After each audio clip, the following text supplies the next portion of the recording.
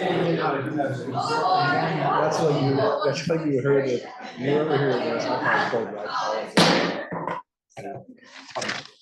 Senate will please come to order. Thank you for your patience. We'll have a brief moment of silence to get the day started, or second half of the day started.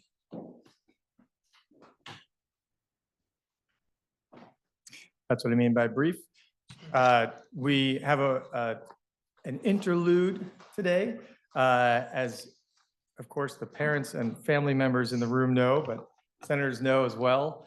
Typically, last day of the session, but certainly last day of the 6-week obligation, we have our group of pages, our third group, that is wrapping up their service to the state, service to the House and the Senate, and sort of everybody in this building. So we're going to take a moment to recognize them and appreciate them for the work you do to help keep us informed with each other's notes, and hopefully it's also has been a good learning experience for you. And certainly I know, at least from other pages in the past, that it has been a nice respite from the typical school day. And so I wish you well in your returning to the school world or the other school world. And so we are going to take a moment and recognize you individually, and then we'll do a group round of applause for you.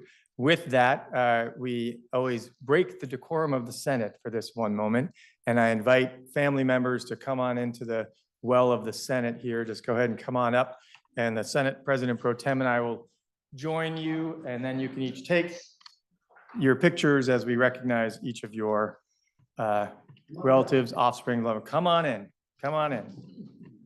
We're gonna be right here, so you guys can be right here and take your photos. Okay. All right, and does anybody have somebody here with you? No, please, go right in. about you Please, guys. go Just in. go ahead. Go in. Senator Clarkson, can you make sure to come up? We have. Oh, absolutely. So the first page I'm gonna call up is Addison Blanchard. Come on up so we can give you a moment of appreciation. Let's thank Addison.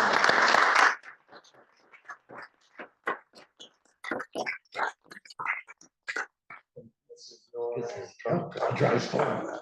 I wonder how long they set to. And those, are you getting one as well? Okay, if you're not taking one, keep your phone down so we know which way to look. All right, Adeline Simonetti.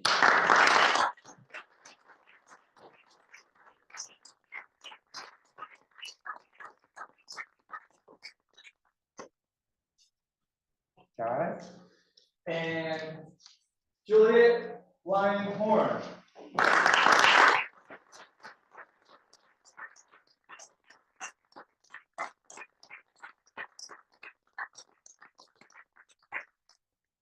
We all come as closer as far as it works for you to take your pictures. We're somewhat used to pictures. Aaliyah S. Ivy Lee, please.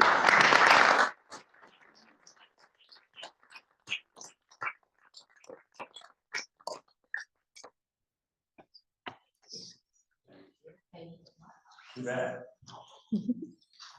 Colin P. McIntyre.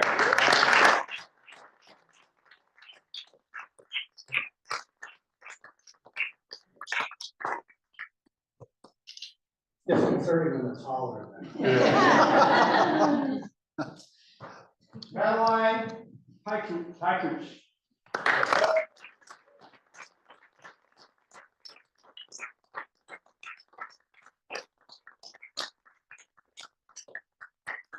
You want to come closer? You can. No, it's okay. All right. Thank you. And Last but not least. Tegan Reimer Tadishek.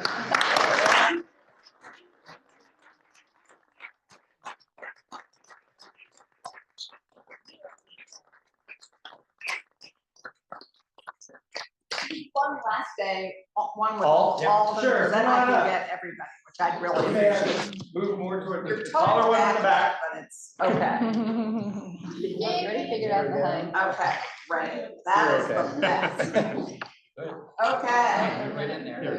Now we can't see, okay, we need to be able to see you all. Perfect, great.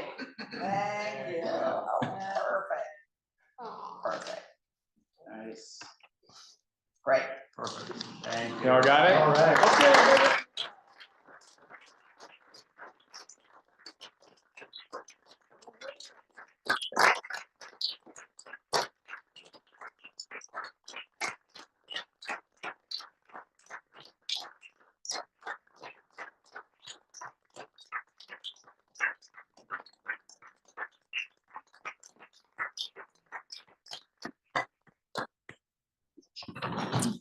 Thank you again. And we will see you around the state. I can speak from experience. I have bumped into pages from many, many years all over the state, and I know that your reps and senators will as well.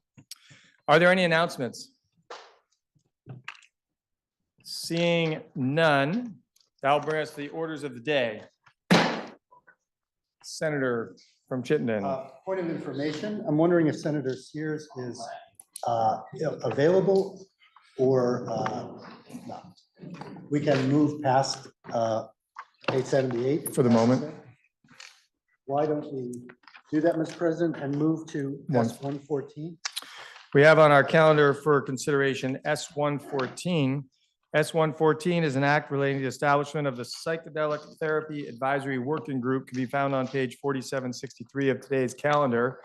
We currently have a House proposal amendment for the Board of Committee on Health and Welfare, I'm assuming, the senator from Chittenden Southeast. Thank you, Mr. President. Your Health and Welfare Committee reviewed the changes that came back to us on this bill, and we agree by a majority of the committee that we should support the recommendations from the other body. I'll just go through briefly.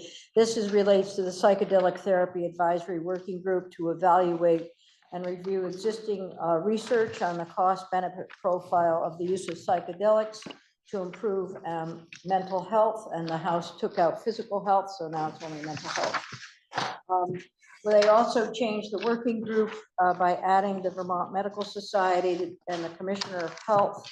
They removed the Brattleboro Retreat, but they added, and they removed the co-founder of the Vermont Psychedelic Society, but they did add in a member of a hospital that is currently doing research on various therapies related to the bill.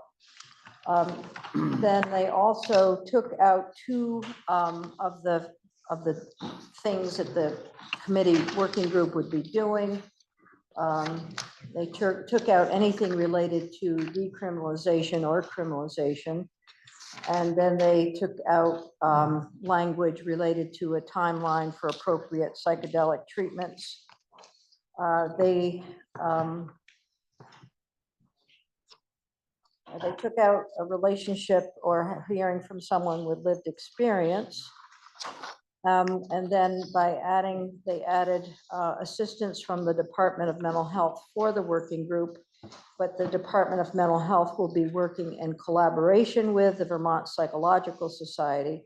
Since there were no folks on the working group that would require per diems, they also removed that language. And we believe that what we have before us will continue the intent of what we passed as a Senate, and we ask the rest of the Senate to concur with the proposal from the House. Thank you, Mr. President. So the question is, shall the Senate concur with the House proposal amendment on S-114? Are you ready for the question? If so, all those in favor, please indicate by saying aye. Aye. Those opposed indicate by saying nay. No. The ayes appear to have it.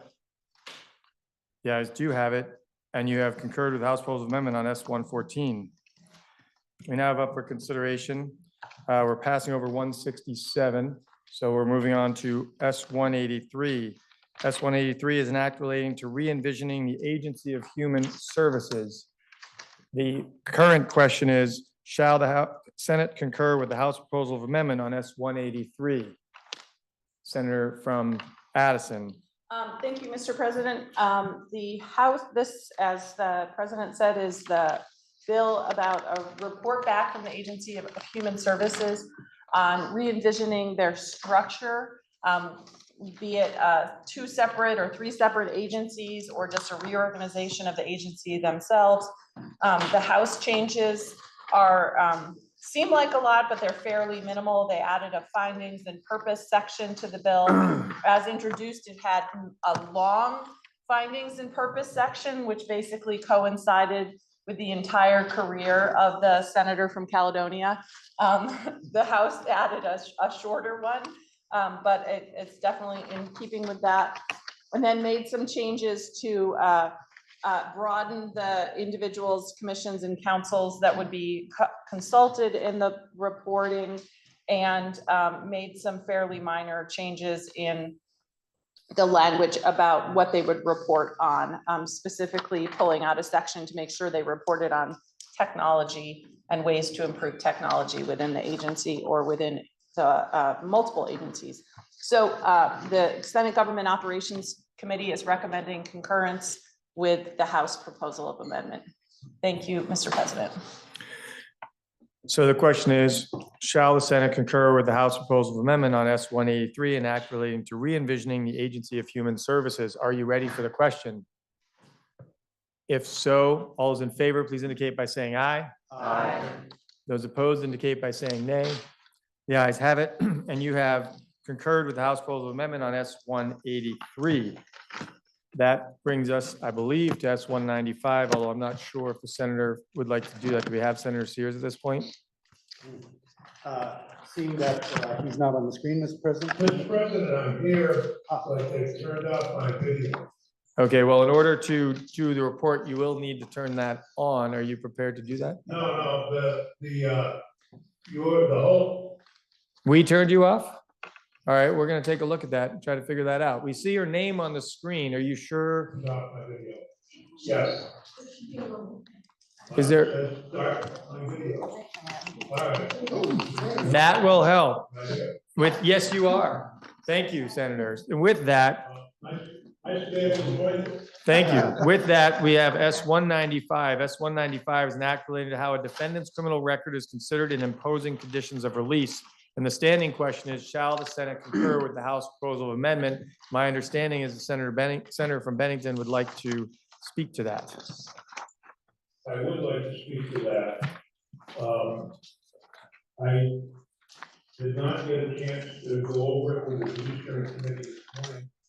So unless there's an objection, I would propose concurring to the House changes. But if there's an objection to my committee, I'd be happy to.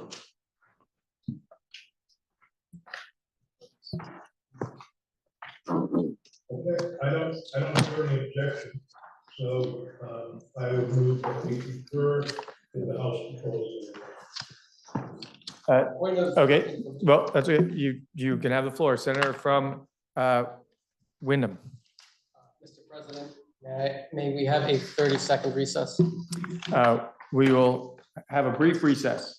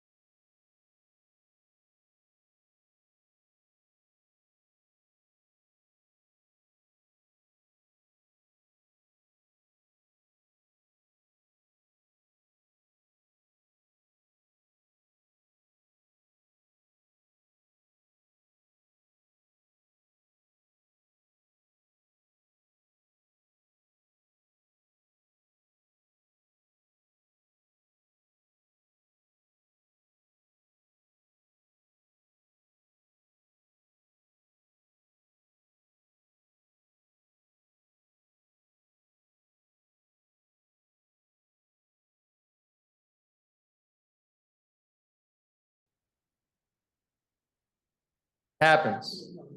With that, the Senate will please come to order. I'd like to recognize the Senator from Bennington. Mr. President, my apologies to all for being on the wrong bill. I would like to concur with the proposal of amendment as seen in today's calendar. It's actually not in the calendar, it was handed out, but we do, everybody does have it on the center. It's concur with that further proposal amendment, Correct. and I would, but anyway. Thank you. And do you want to report the amendment or just want folks to read the amendment? Well, Or would you like the senator from Wyndham to cover that? no, it's the $200 limit will not apply to an offense allegedly committed by a defendant who has been released on personal recognizance or condition for release pending trial for another offense. And this was to make clear that those individuals would not be aligned with $200 bail limit. So, and are you completed your report? Well, in the second amendment is added, inserted a new later on, 2030. As our concern was that if the program doesn't work and you only give it 2 years with the other body sunset, it probably won't work, and we won't know for sure. And we wanted a longer period for the future legislature to look at this program and then be able to provide that. So those are the two amendments. Thank you. Senator from Chittenden Central. I believe I have a point of information, and that is whether or not we are able to vote on these two instances of amendment separately. Let me check with the senator.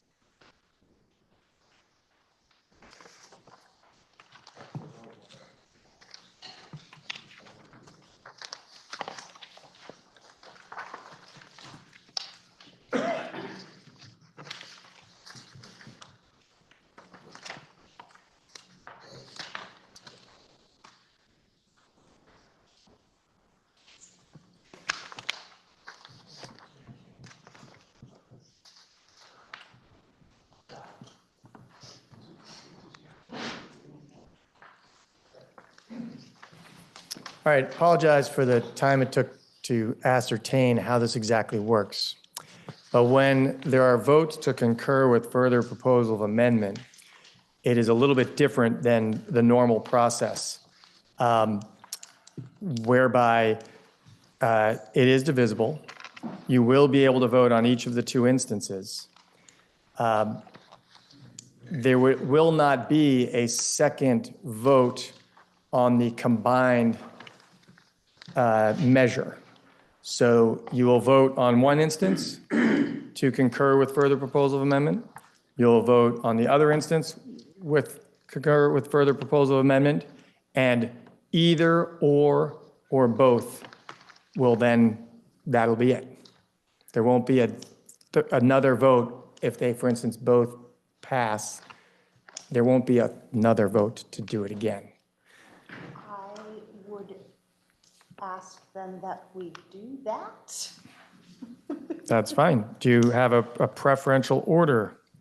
I would like us to vote on the second instance of amendment first, and the first instance of amendment second.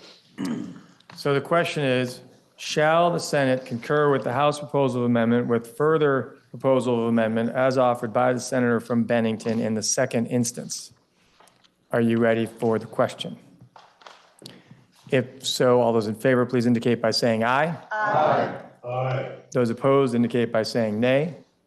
The ayes have it, and you have voted to concur with further proposal of amendment in the second instance. Now the question is, shall the Senate concur with the House proposal of amendment with further proposal of amendment in the first instance? Are you ready for that question?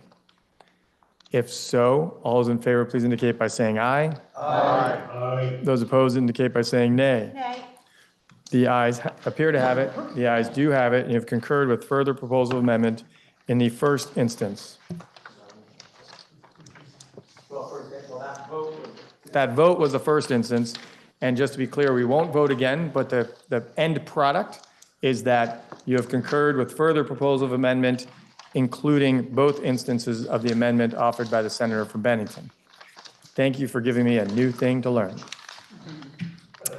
With that, my understanding is we will now return, if the senator from Bennington will stay on the screen, to H 878, but it will require a motion of the senator from Chittenden Central to suspend the rules in order to take it up. Thank you, Mr. President. I would move that our rules be suspended in order to place H 878 in all remaining stages of passage. The senator from Chittenden Central has moved that the Senate suspend its rules in order to place 878 and act relating to miscellaneous judiciary procedures through all remaining stages of passage. Are you ready for the question? If so, all those in favor, please indicate by saying aye. Oh, Oh, yeah, I'm sorry. I'm in the wrong page again. that's okay. The faster you stop, the faster we'll move. All right. The question is, shall the Senate suspend its rules in order to place H 878 and act relating to miscellaneous judiciary procedures through all remaining stages of passage? Are you ready for the question? If so, all those in favor, please indicate by saying aye. Aye. Those opposed indicate by saying nay. The ayes have it, and you have placed H 878 through all remaining stages of passage. We now have up for consideration H 878, an act relating to miscellaneous judiciary procedures. Are there any amendments before third reading? My understanding there is. Senator from Bennington. Yes, Mr. President, I would like to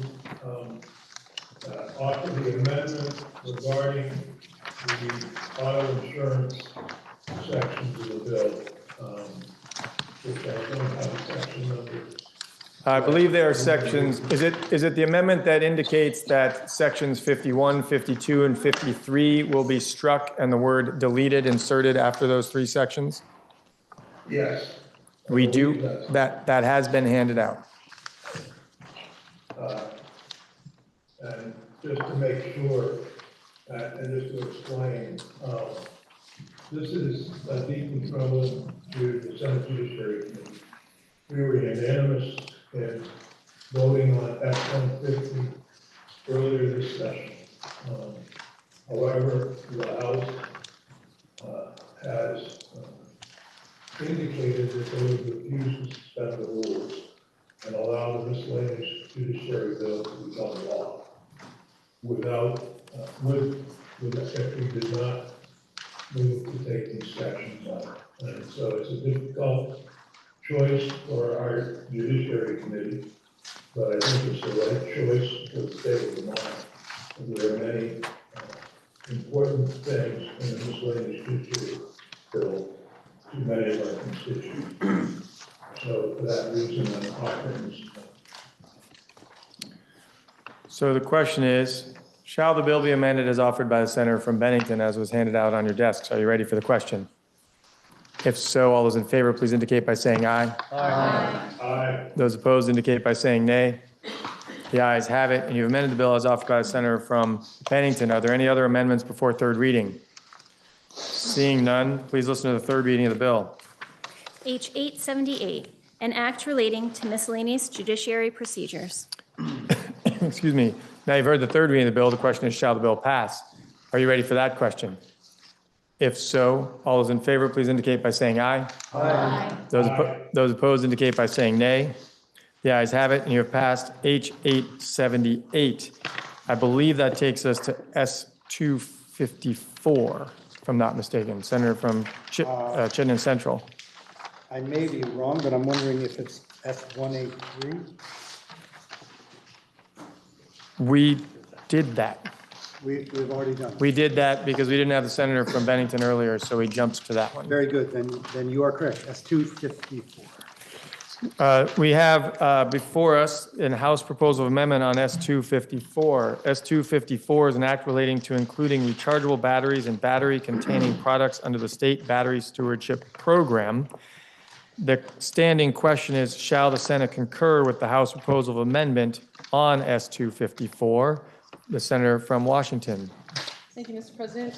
So the Senate Natural Resources and Energy Committee did recommend that we concur with the House's proposal, or the body's proposal of amendment. But they did make some changes that I want to point out. So this is the rechargeable battery extended producer responsibility program that I reported earlier in the session. So the first couple of changes that they made were just clarifications. One is that they clarified that it was an easily removable battery. I think it didn't actually say battery in one of the sections. Second place is that it clarified that the prohibition on the sale of any of these items unless the manufacturers are participating in the extended producer responsibility organization applied to all three categories that are intended to be covered here: primary batteries, rechargeable batteries, and battery containing products. It didn't actually list all three of those in that prohibition, so they clarified that. That was very welcome. The third thing that they changed actually had to do with an update to the Household Hazardous Waste Product Stewardship Organization that I reported actually in the last session. This was a request from industry. The Household and Consumer Products Association asked for a 6-month delay in the beginning of their stewardship organization, and so the House included that accommodation. So they changed the date of implementation from January 1st, 2025 to July 1st of 2025. And then the fourth thing is a little bit more complicated in that it was the inclusion of what was in S307, which, and just to give you a heads up on this, it doesn't require that anybody do anything. It is entirely voluntary, so just want to start with that. So it is about extending the Agency of Natural Resources' ability to go into administrative use control agreements with property owners. So if this was a new idea for me, so just to, in case this is a new idea for you, an administrative control, administrative use control authority allows, in this case, the Agency of Natural Resources, the authority to regulate sites with hazardous material contamination in a manner that protects public health and manages existing and future uses without immediately requiring full-scale remediation. So just to translate that a little bit, the idea is if you have a property that is contaminated either with PCBs, or you have a spill of some toxic chemical or whatever, and so you, as a result, have a requirement either from the EPA or from the state to say, you need to remediate this fully. This will, and the current statute allows ANR to obtain or to go through the process to obtain an easement for that property to allow them to control the use of it to mitigate the negative health effects or the negative environmental effects from that contamination, while also then allowing that property to go through remediation, but not necessarily all at once, right? So if full remediation is required by controlling the exposure that somebody might have to hazardous health consequences, they are allowed to phase in the remediation instead of needing to do it all at once. So that process under current law of obtaining an easement can be costly and time consuming.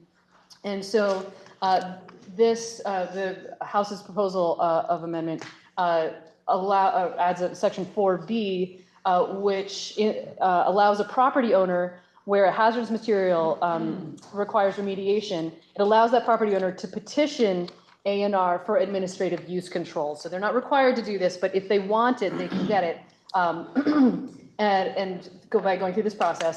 And so they must describe the contamination and propose a corrective plan. And among other requirements, they must propose the uses of the site subject to administrative control. Or in other words, how are they going to control the health exposure or the natural resources risk through this plan.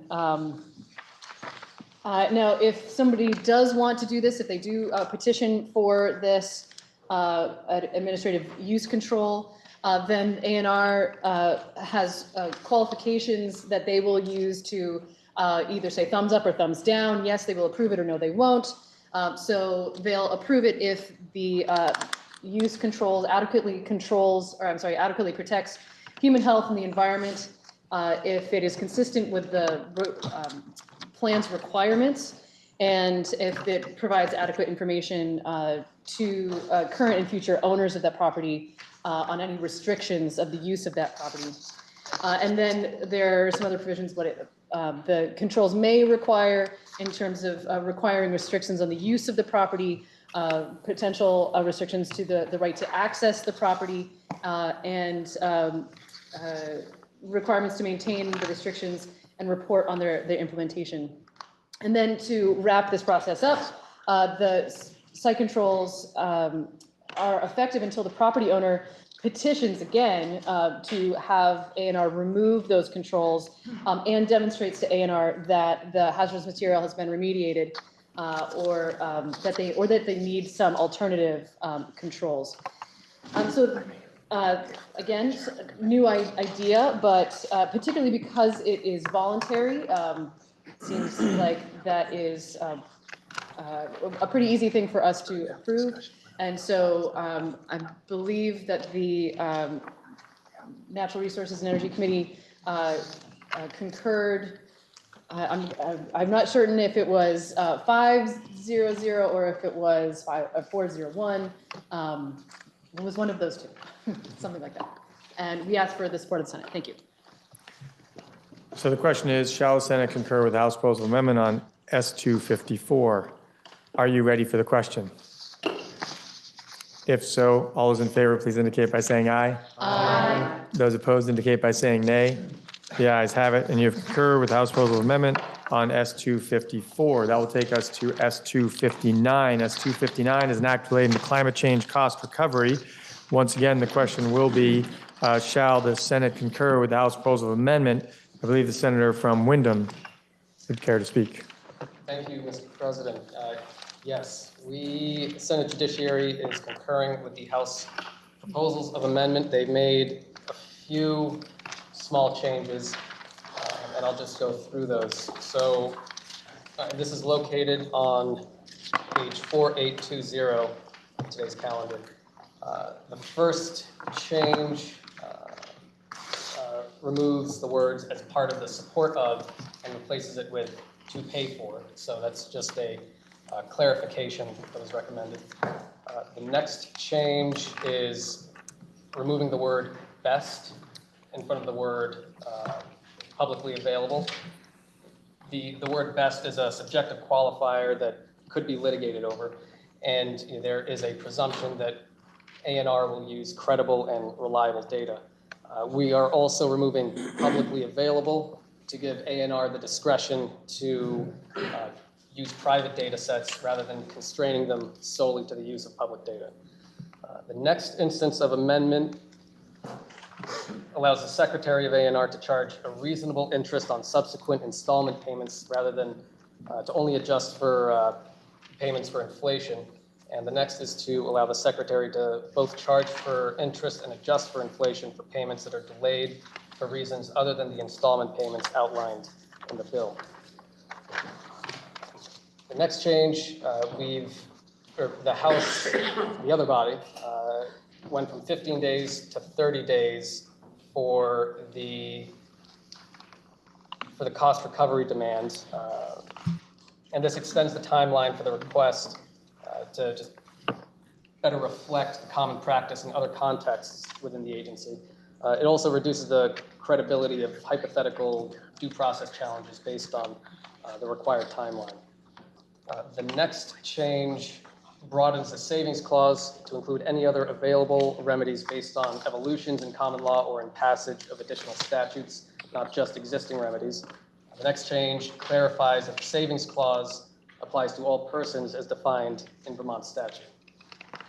The next change removes the word "best" again, because there isn't really best type of science. Science is a methodology and a process. And again, we are trusting that A&R will use reliable and credible science.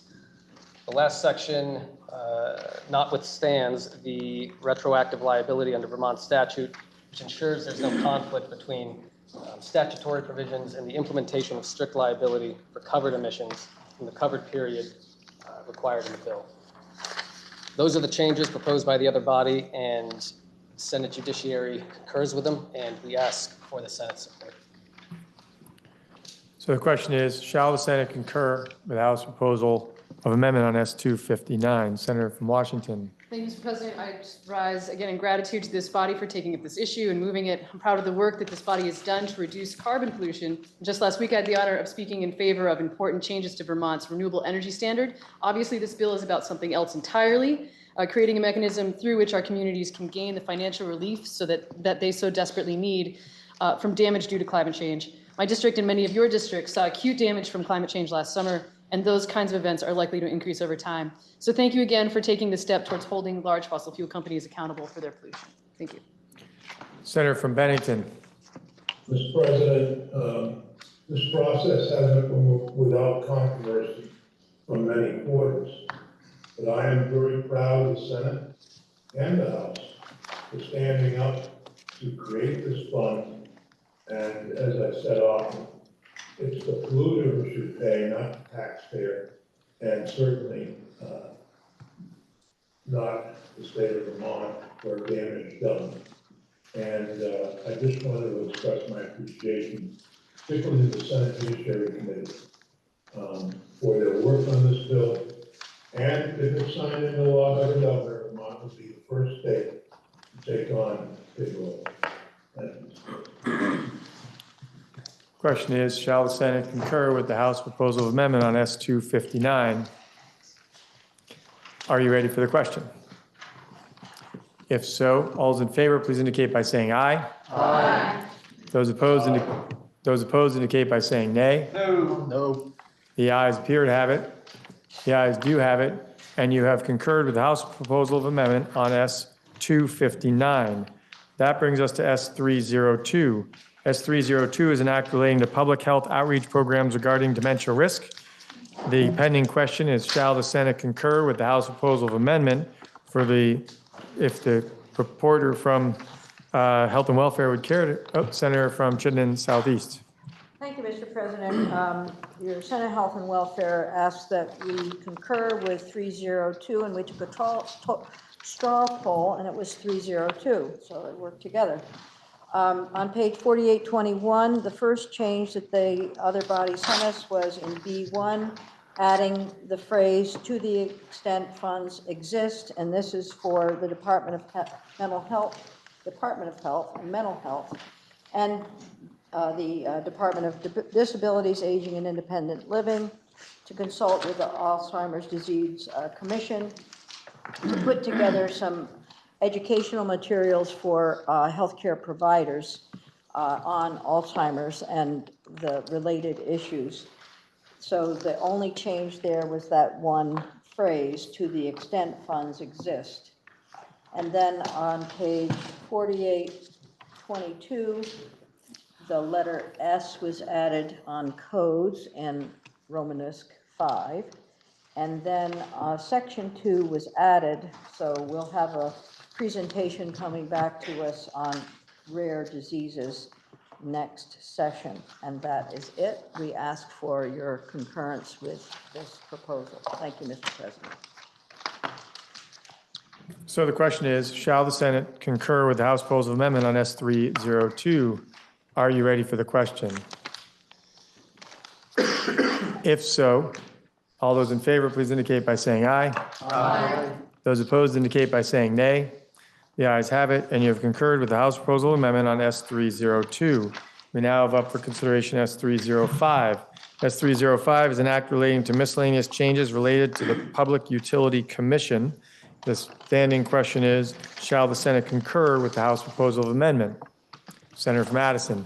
Mr. President, Senate Natural Resources and Energy reviewed changes sent over to us on the bill we passed earlier, the often referred to sort of as our miscellaneous PUC bill.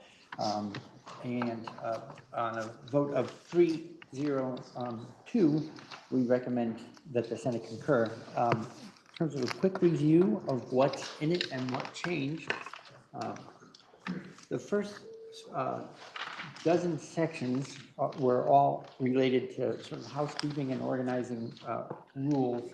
There have been very few changes from the House on those, but one is just a further clarification in section 7, which appears on page 4825, that provides more detail about how much money in the Burlington Electric Department budget can be expended under the Energy Efficiency Modernization Act programs.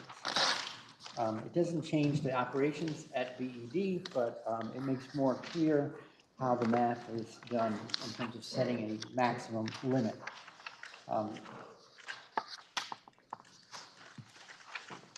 The next substantive change is on found in section 12 on page 4830, and under the confidentiality of tax records. So folks might remember in the Affordable Heat Act, in order for the Department of Public Service to know who's selling heating fuel in the state, they are allowed to receive information from the Department of Tax because there's an excise tax on those fuels, and so that reporting mechanism generates a good de facto list that will help the department know who should be part of the Clean Heat Act.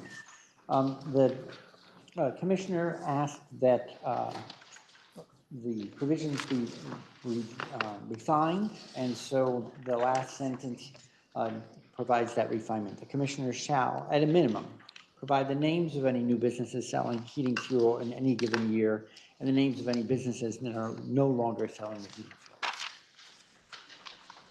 The next change is a new section in the bill, section 14 on the 4831, energy savings accounts.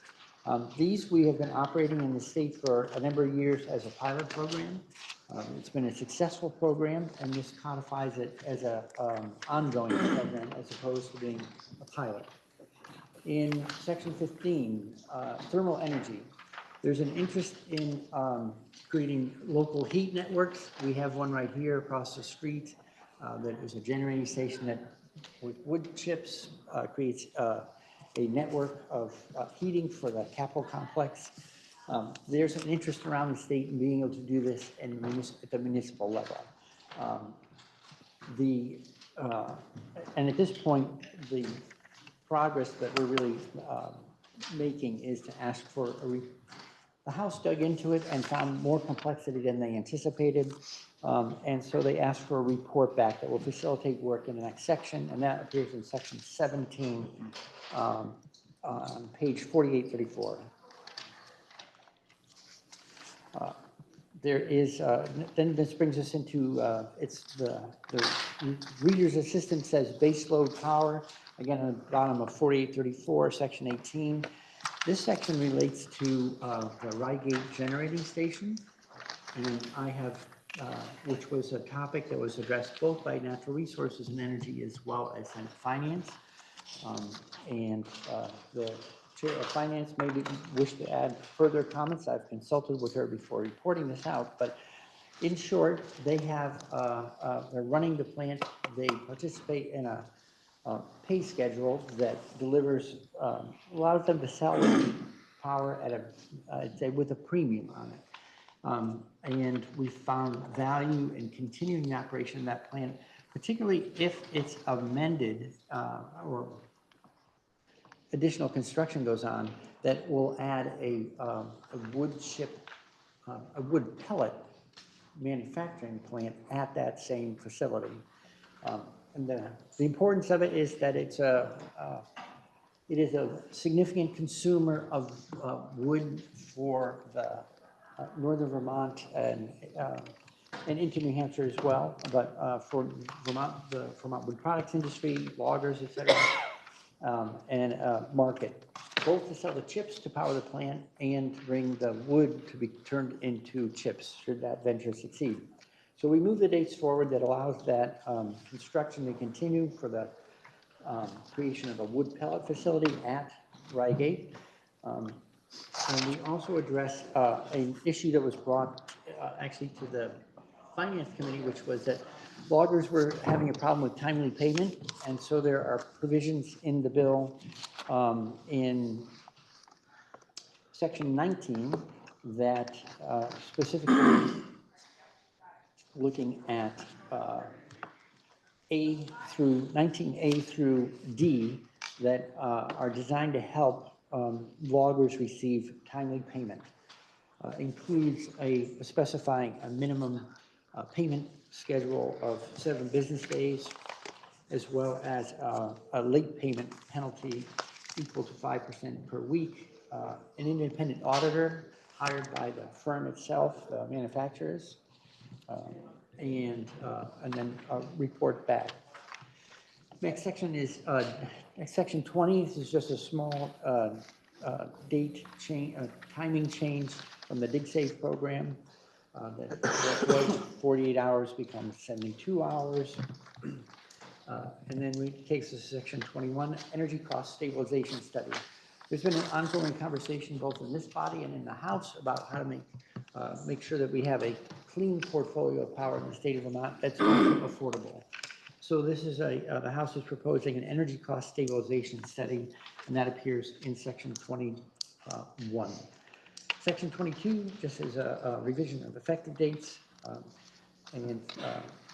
Again, the Senate Natural Resources recommends that the Senate concur, and our vote on that was 302.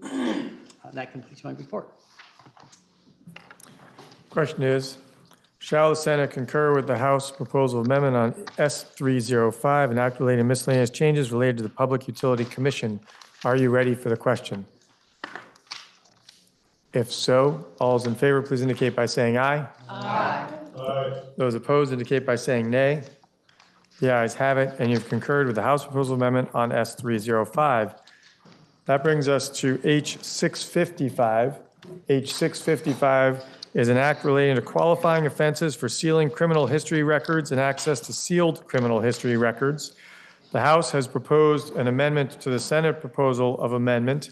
And so the question is, shall the Senate concur with the House proposal of amendment to the Senate proposal of amendment on H655? The senator from Bennington.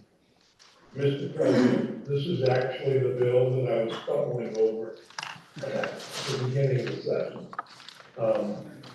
H655 started out, well, I'm going to give a quote from the great Yogi Berra first, because he's probably the only Yankee I ever fully thought was great. Anyway, he said, you win some, you lose some get rained out, and some you never should have played at all. This may be one that you never should have played at all. We were back to square one with disagreements between the House, the Senate, as well as the administration. So the Senate passed version of the bill had a study by the Joint Justice Oversight Committee that would have looked at other states and how they do their sealing. And the second part was to have the Attorney General and others look at how and recommend how we could do petitional sealing after first. So petitional sealing would stay in this version offered by the House, and the Joint Legislative Oversight Committee would be struck. The only other thing that would still be in the bill is the effective date, which is unpassed. So, Mr. President, it's certainly shrinking by leaps and bounds. I did not get a chance to speak with the Senate, members of the Senate Judiciary Committee. Any of them are welcome to object, but I'm just going to suggest we concur and fight another day. So the question is, shall the Senate concur with the House proposal amendment to the Senate proposal amendment on H655? Are you ready for the question, Senator from Chittenden Central? May I inquire of my chair? Senator from Chittenden from Bennington is interrogated. Thank you, Mr. President. Am I understanding that this bill is now only an effective date? No. No. The Second Amendment from the House merely does a technical thing and leaves the study by the Attorney General and others in place. It is the study that we had suggested to not try to reinvent the wheel next time and have the Joint Legislative Oversight Committee look at other states. That's what they struck. And I still think we can do that without the legislation. The Joint Legislative Oversight has broad ability to deal with a variety of issues.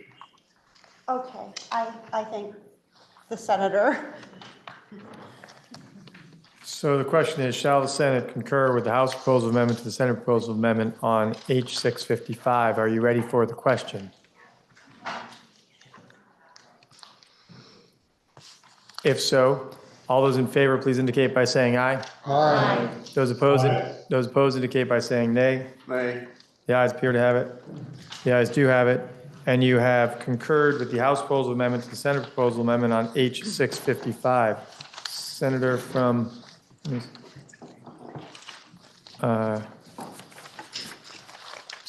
Chittenden Central. Thank you, Mr. President. At this time, I would move that our rules be suspended and that we bring up H 885 off the notice calendar for immediate action. Now, the senator from Chittenden Central has moved that the Senate suspend its rules in order to take up H 885, an act relating to approval of an amendment to the charter of the town of Berlin, off the notice calendar for immediate action. Are you ready for the question?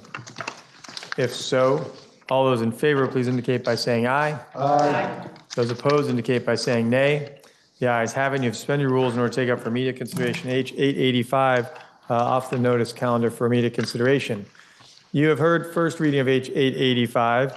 H 85 was referred to the Committee on Government Operations, which consider the same and recommends that the bill ought to pass. The bill is then referred to the Committee on Finance, which also considered it and indicated that the bill ought to pass. Please listen to the second reading of the bill.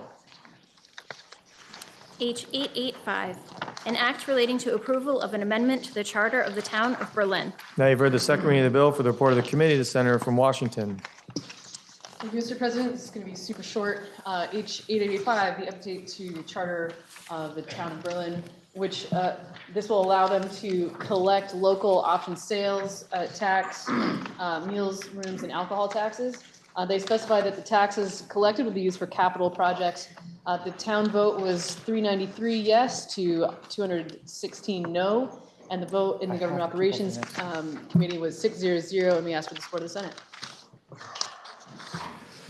Now you've heard the report of the Committee on Government Operations. For the report of the Committee on Finance, Senator from Washington.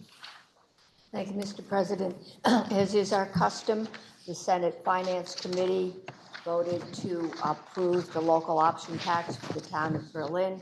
I believe our vote was 700. So the question is, shall the bill be read a third time? Are you ready for the question? If so, all those in favor, please indicate by saying aye. Aye. Those opposed indicate by saying nay. The ayes have it. And you have ordered third reading of H 885. Senator from Chittenden Central. Mr. President, I would ask that our rules be suspended in order to bring up H 622, an act relating to emergency medical services, off the notice calendar for immediate action. Now the senator from Chittenden Central has moved that the Senate suspend its rules in order to take up for immediate consideration H 622, an act relating to emergency medical services, off the notice calendar for immediate action. Are you ready for the question? If so, all those in favor, please indicate by saying aye. Aye. Those opposed indicate by saying nay. The ayes have it. And you have suspended your rules in order to take up H 622 for immediate consideration. H 622 is read for the first time and referred to the Committee on Health and Welfare, which consider the same and recommends, when amended, the bill ought to pass. The bill is then referred to the Committee on Government Operations, which considered that when further amended, the bill ought to pass. The bill is then referred to the Committee on Finance, which recommends that when the bill is amended as offered by those two committees, the bill ought to pass. And then the bill is referred to the Committee on Appropriations, which also has considered the bill and indicated that when the bill is amended as offered by those two committees, the bill ought to pass. Please listen to the second reading of the bill. H622, an act relating to emergency medical services. Now you've heard the second reading of the bill for the report of the Committee on Health and Welfare. The Senator from Rutland. Thank you, Mr. President. Emergency medical services in Vermont are very good services. In my experience, what H622 will do is ensure an equitable standard in training, retraining, funding, resources, and communications for Vermont EMS framework. H622 can be found on page 4872. It's an act relating to emergency medical services, and it is a short but important bill, and I can do the abridged version for you. Section 1 amends 18 VSA Section 901 to read, the purpose of this chapter is to promote and provide for a comprehensive and effective emergency medical services system to ensure optimum patient care. Findings are that emergency medical services are essential services in an emergency matter are of vital concern. Key elements of an emergency medical service system are EMS dispatch and medical care, a well-coordinated trauma care system, and effective communications between pre-hospital care providers. Policy is of the state of Vermont that all persons who suffer sudden illness or injury shall have access to an adequate EMS system. The system should include competent medical treatment from adequately trained, licensed, and equipped personnel acting under appropriate medical control. Persons involved in delivery of emergency medical care should be encouraged to maintain and advance their levels of training and licensure. Section 2, Emergency Medical Service Special Fund pursuant to 32 VSA Chapter 7, Subchapter 5, comprising revenues received by the department from the Fire Safety Special Fund, which is designated for the special fund as well as public and private sources, as gifts, grants, and donations. The Commissioner of Health shall administer the fund to the extent funds are available to support online and regional training programs, data collection and analysis relating to the service, training of EMS personnel, and delivery of EMS and ambulance services in Vermont, as determined by the Commissioner after consultation with the EMS Advisory Committee. The Commissioner shall prioritize the use of funds to provide grants to provide basic EMS training in a manner which supports geographic equity among EMS districts. Section 3, reimbursement of EMS services. To the extent permitted by federal law, the Agency of Human Services shall reimburse a provider of EMS for delivering these services to a medical beneficiary who is not transported to a different location during the period of the emergency. The reimbursement shall be an amount equal to the Medicaid basic life support rate. The Agency of Human Services Health Services shall report annually as a part of the budget presentation to the amount of additional funds needed to reimburse EMS providers at the Medicaid rate. Section 4 amends reimbursement of ambulance service providers. Reimbursement shall be in accordance with 33 VSA Section 1901. Section 5, EMS Advisory Committee creates EMS Education Council, explains the composition of the committee and council and the frequency of meetings. It directs that the committee develop and maintain a 5-year statewide plan for coordinated services and will be updated annually for evaluating stated goals and will be briefed annually to the Commissioner of Health and the General Assembly on or before December 15th, and will review progress toward achieving goals set in the 5-year plan and goals for the next year. In addition, the committee shall identify EMS resources and needs in each EMS district and provide information to the Green Mountain Care Board for the board's revisions to the health resource allocation plan developed pursuant to subsection 9405B, or this title.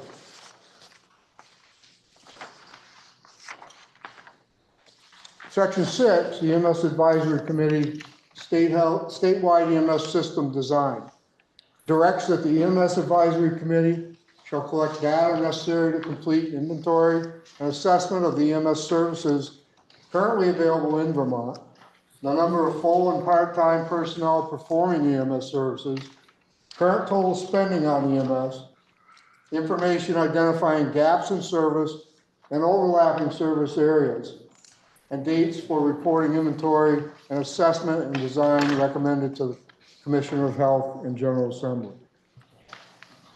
Section 7, Vermont Fire Service Training Council addresses the expenses and the operation of training facilities and curriculum, which will be covered by the appropriation. Section 8, Medicaid Emergency Medical Services discusses treatment without transport and appropriations. The EMS Advisory Committee, Section 9, will be covered in the appropriations amendment to the bill. Section 10 are the effective dates. This shall take effect on passage, except the Section 8 and 9, the EMS Committee appropriation, shall take effect on July 1, 2024. 6.2 was voted out of the Health and Welfare Committee 500, and we recommend passage by this body. List of witnesses were Representative Lucy Boyden, reporter for the House Government Operations and Military Affairs Committee, Jen Carby, our Legislative Counsel, Drew Hazelton from the Vermont EMS Advisory Committee, and Nolan Langwell, Principal Fiscal Analyst for the Joint Fiscal Office. Thank you, Mr. President. Now you've heard the report of the Committee on Health and Welfare. The bill is then referred to the Committee on Government Operations for the report of the Committee on Government Operations. Senator from Madison. Thank you. Excuse me. Thank you, Mr. President.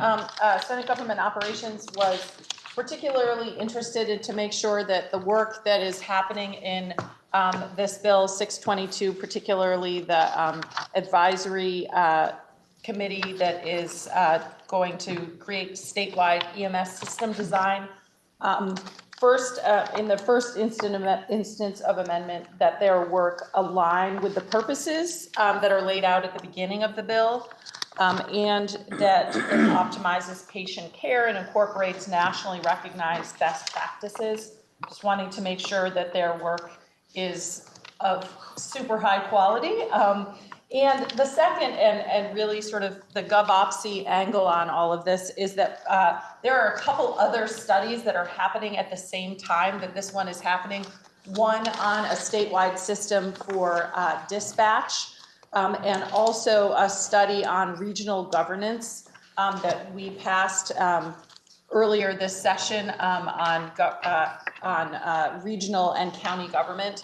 And so we added a section that the EMS Advisory Committee and the Department of Health shall coordinate with the Public Safety Communications Task Force, which is the dispatch task force, and the County and Regional Governance Study Committee to ensure appropriate coordination and alignment of the group's recommendations and systems design. We just wanted to make sure that they are dovetailing well with each other and not conflicting with each other. So those are the GovOps amendments, and the committee vote was 6-0-0. Thank you, Mr. President. Bill is then referred to Committee on Finance, which consider the same for the report of the Committee on Finance. Senator from Chittenden. Mr. President, your Committee on Finance reviewed the bill and it was reported that this will increase the amount collected from insurance companies by $300,000 from 1.2 to 1.5 million collected by the Department of Financial Regulations, and your Committee on Finance moved the bill favorably 7-0-0. Bill is then referred to Committee on Appropriations for the report of the Committee on Appropriations. Senator from Chittenden Southeast. Thank you, Mr. President.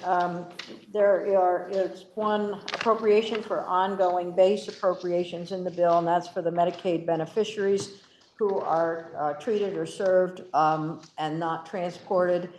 The amount of money in the general fund is 31,000 about dollars, and with matching federal funds. So we felt that this was de minimis, and we asked that the Senate support the bill. Thank you, Mr. President. So the question now is, shall the Senate adopt the report of the Committee on Health and Welfare? Are you ready for the question? If so, all those in favor, please indicate by saying aye. Aye. Those opposed indicate by saying nay. The ayes have it, you have adopted the report of the Committee on Health and Welfare. The question now is, shall the Senate adopt the report of the Committee on Government Operations? Are you ready for that question? If so, all those in favor, please indicate by saying aye. Aye. Those opposed indicate by saying nay. The ayes have it, you have adopted the report of the Committee on Government Operations. The question now is, shall the bill be read a third time? Are you ready for the question? If so, all those in favor, please indicate by saying aye. Aye. Those opposed indicate by saying nay. The ayes have it, you order third reading of H 622. The Senator from Chittenden Central. Thank you, Mr. President. I would move at this time that H 622 be placed in all remaining stages of passage. The Senator from Chittenden Central has moved that H 622 enact relating to emergency medical services be placed in all remaining stages of passage. Are you ready for the question? If so, all those in favor, please indicate by saying aye. Aye. Those opposed indicate by saying nay. The ayes have it, we place H 622 through all remaining stages of passage. With that, H 622 had third reading ordered. H 622 is not doing emergency medical services. Are there any amendments for third reading? Seeing none. Please listen to third reading bill. H 622, an act relating to emergency medical services. Now you've heard the third reading bill. The question is, shall the bill pass? Are you ready for the question? If so, all those in favor, please indicate by saying aye. Aye. Those opposed indicate by saying nay. The ayes have it, and you have passed H 622. Senator from Chittenden Central. Point of information, Mr. President. I'm wondering if we, when we did H 885, did I remember to put that through all stages? You did not. That being the case, I would move that our rules be suspended and that we place H 885 in all remaining stages. Now, the Senator from Chittenden Central has moved that the Senate suspend its rules in order to place H 885, an act relating to approval of an amendment to the charter of the town of Berlin in all remaining stages of passage. Are you ready for the question? If so, all those in favor, please indicate by saying aye. Aye. Aye. Those opposed indicate by saying nay. The ayes have it. You have placed H 885 in all remaining stages of passage. We currently have H 885, third reading was ordered. H 885 is an act relating to approval of an amendment to the charter of the town of Berlin. Are there any amendments before third reading? Senator from Windsor, thank you. Are there any amendments before third reading? Seeing none, please listen to third reading of the bill.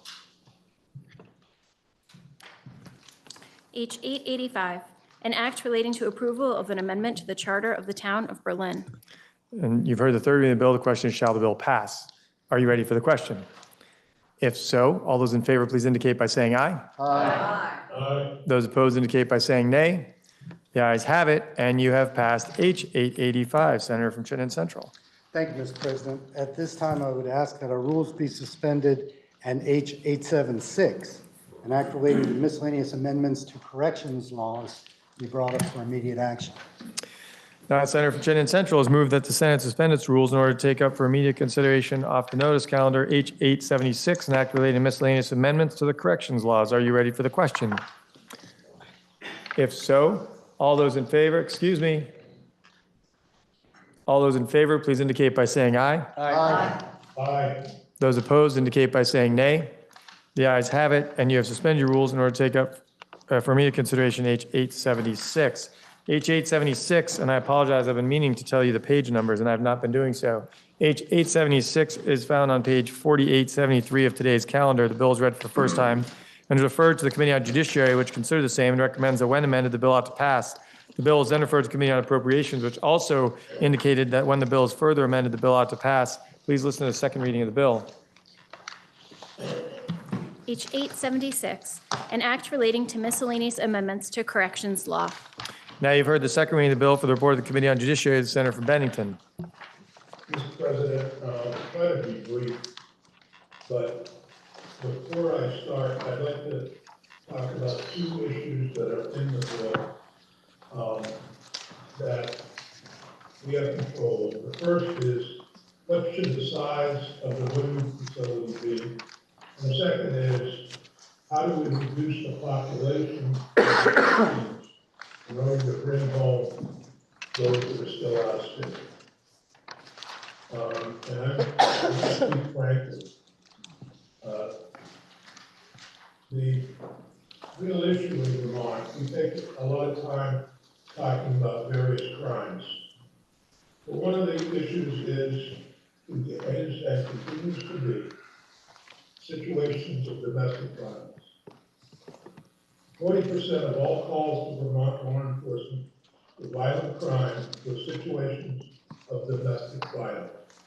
Just think about that. 40% of violent crimes in Vermont are related to domestic violence. The Attorney General's Office 2023 domestic violence fatality review cited that nearly half of all homicides in the state of Vermont between 1994 and 2022, 45% involved domestic violence. I think in the coming, not that we haven't done a lot to try to prevent it, a lot of it's been piecemeal, but we have to do everything we can to both prevent domestic violence through programming and so forth, as well as help the victims of domestic violence. But it's clear that we have a problem. And as Willie Sutton said, why do you want, when asked why you rob banks because that's where the money is. And quite frankly, Mr. President, dealing with that problem of domestic violence in Vermont would be a huge step forward to both help the victims and even the perpetrators who may have grown up in homes with wide-scale domestic violence. So I would submit that that's duty number one. Duty number two is to look at the population. And our Department of Corrections is very transparent. Every day they print out an offender jail population list,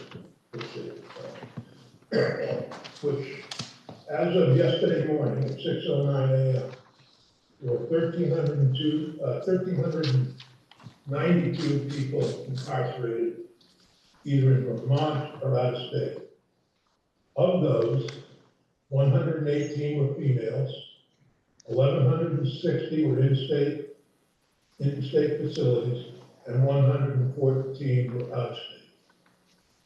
That's, when I look back over the last decade in our work on Justice Reinvestment 1, Justice Reinvestment 2, and other efforts that we've made as a state, we should take great pride because those numbers were at 750 out of state and growing to be over 1,000 when we took this on.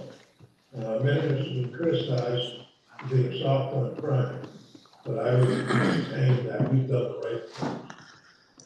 Finally, Mr. President, looking at the jail population, the total state of detainees yesterday was 425 people.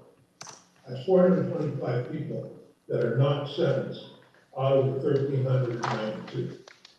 They are in detention. Right after the pandemic, we were at 300.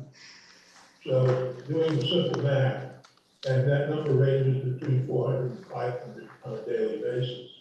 But doing the simple math, again, that's where we can make some inroads. And then as to the size of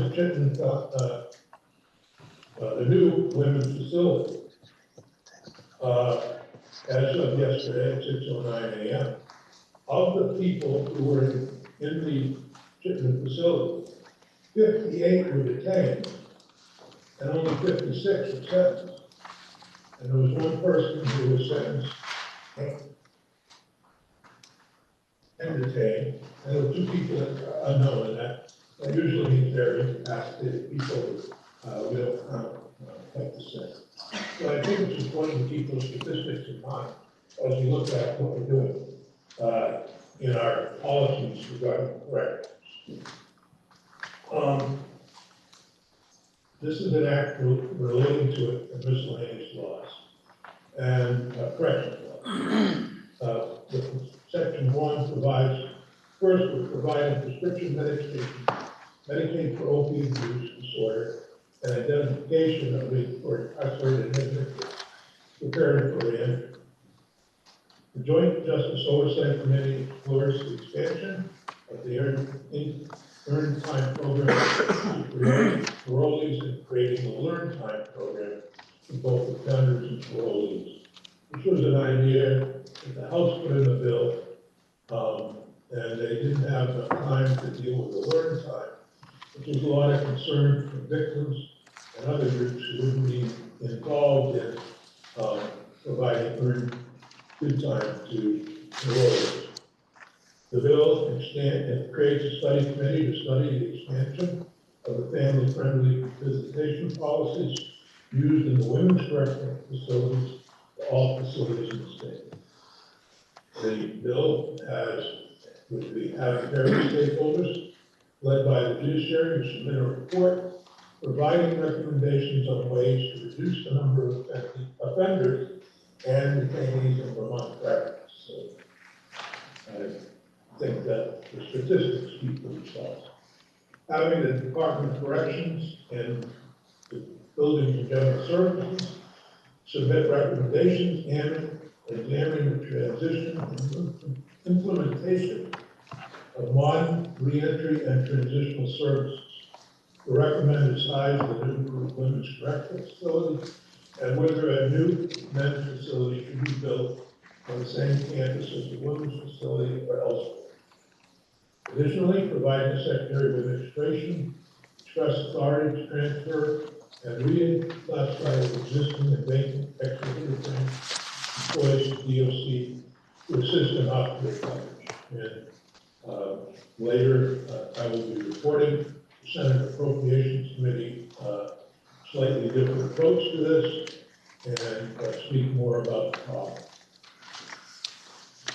Section 1, outside of some technical changes, adds subsection headings and some terminology updates and amends 28 VSA 801 to provide a supply of prescription medication to assist in reentry care coordination. Specifically, the bill adds a new subsection G obligating the department or its medical contract as part of an offender's reentry plan to provide a minimum of 28 days supply of prescription medication as long as it's available, clinically appropriate, and the offender's already taken the prescription while at the facility. This condition is providing the offender with a valid prescription that can be redeemed in the community once the provided supply is completed.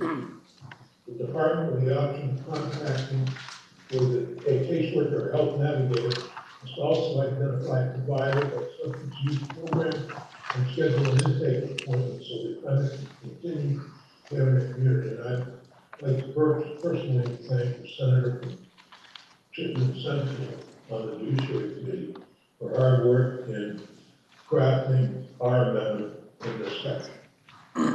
Section 2 of the bill amends 28 VSA 801B by updating the term of medication assisted treatment to the modern term of medication for opioid use disorder. Section also builds on the reentry planning provisions in adding provisions similar to what is added in section 801 that I just described. However, rather than mandating a minimum amount of medication, it is what is legally permissible as determined by a clinician, since these types of drugs can be considered more dangerous if misused. Section also adds care coordination provision, like in section 801, and requires the department to appoint to inform and offer expedited coordination of counseling within the community following discharge. And I look, one of the problems with having so many detainees is that we can't plan for their reentry, because we don't know when they might be released or become sentenced. So that is one of the problems that we also confront. Section 3 of the bill creates a joint legislative justice oversight committee review of the expansion of corrections during time to parole, release, and Section 4 amends 23 VSA 115 by codifying the current memorandum of understanding between the Department of Corrections and the Department of Motor Vehicles to provide non-driver identification cards free of charge to offenders as part of the reentry. It also mandates the department provide information to the offender about the driving credentials if needed. Section 5 creates the Family Visitation Study Committee that I spoke about earlier, and the committee is chaired by the Commissioner of Corrections or his designee, and is comprised of the Child, Youth, and Family Advocate or his designee, Commissioner for Children and Families, a representative from Washington's Park Program, and a representative from the Vermont Network Against Sexual Violence and Domestic Violence. Study is intended to take what has been implemented through Kids Park Program at the Women's Correctional Facility and potentially build on that program and achieve parity in all correctional facilities. Section 6 creates a report authorized by the judiciary in consultation with other stakeholders, take a holistic look on ways to reduce our inmate detainee population in the state by November 1, 2025. The report would look at changes to current laws and when the new laws should be enacted to address ways to reduce the number of people who are entering our criminal justice system and ways to divert them from the system once they have entered alternatives to incarceration, once sentenced, and any financial saving themselves. Stakeholders can contract with third party to assist in developing the report, and DOC shall provide a status update by December 1st of this year with joint legislative justice oversight. Section 7 charges the Department of Corrections and the Department of Buildings and General Services to develop detailed recommendations concerning examination of the state of the entry and transitional services with the objective to develop and implement modern strategies and facilities to help incarcerated folks reintegrate into society. Besides the new women's correctional facilities, including program and services, and women and men in the entry facilities share the same campus as the women's facility. The report is due on November 15th, and Section 8 attempts to address the workforce shortage that I will discuss when I provide the report of the Committee on Appropriations. Finally, the bill takes effect on July 1, 2024. So I think it's an important bill, but I will say that it hopefully moves us forward. Without Mr. President, I conclude the report of the Committee.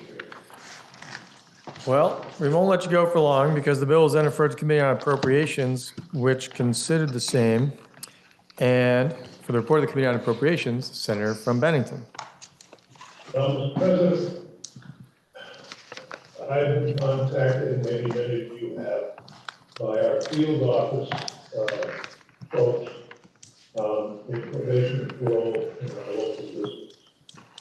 And they're very concerned about having to provide hospital coverage when an inmate is hospitalized. You have to have two people with it, even if the person can't move. And that's just a requirement.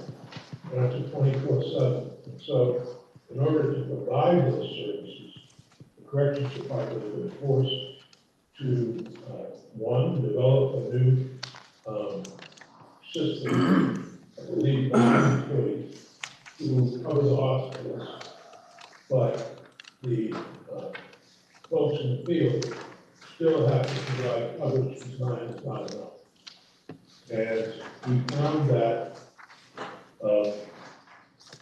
they are getting paid, obviously, but in many cases overtime, and they have to be on standby.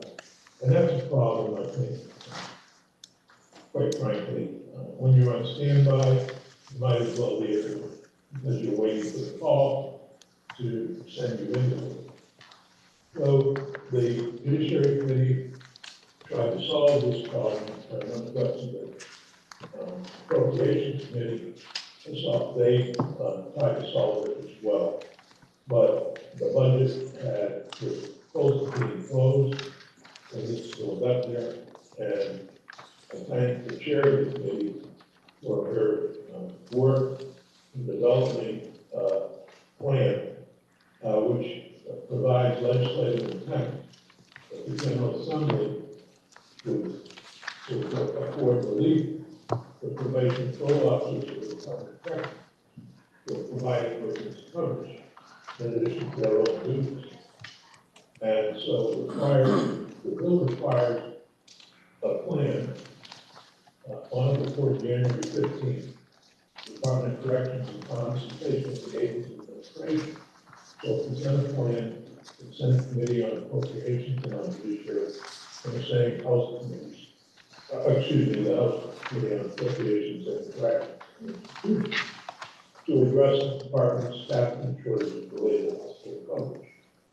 And the plan would cover the various aspects of it. I think it's in the report. The date of that report is critical because this would allow the legislature in 2015, January 15th of 2025 to add to the budget adjustment bill if necessary or to the governor's budget adjustment if the governor should put it into his or her budget bill. So, Mr. President, the vote was actually 5-0-2, and the Senate Judiciary Committee,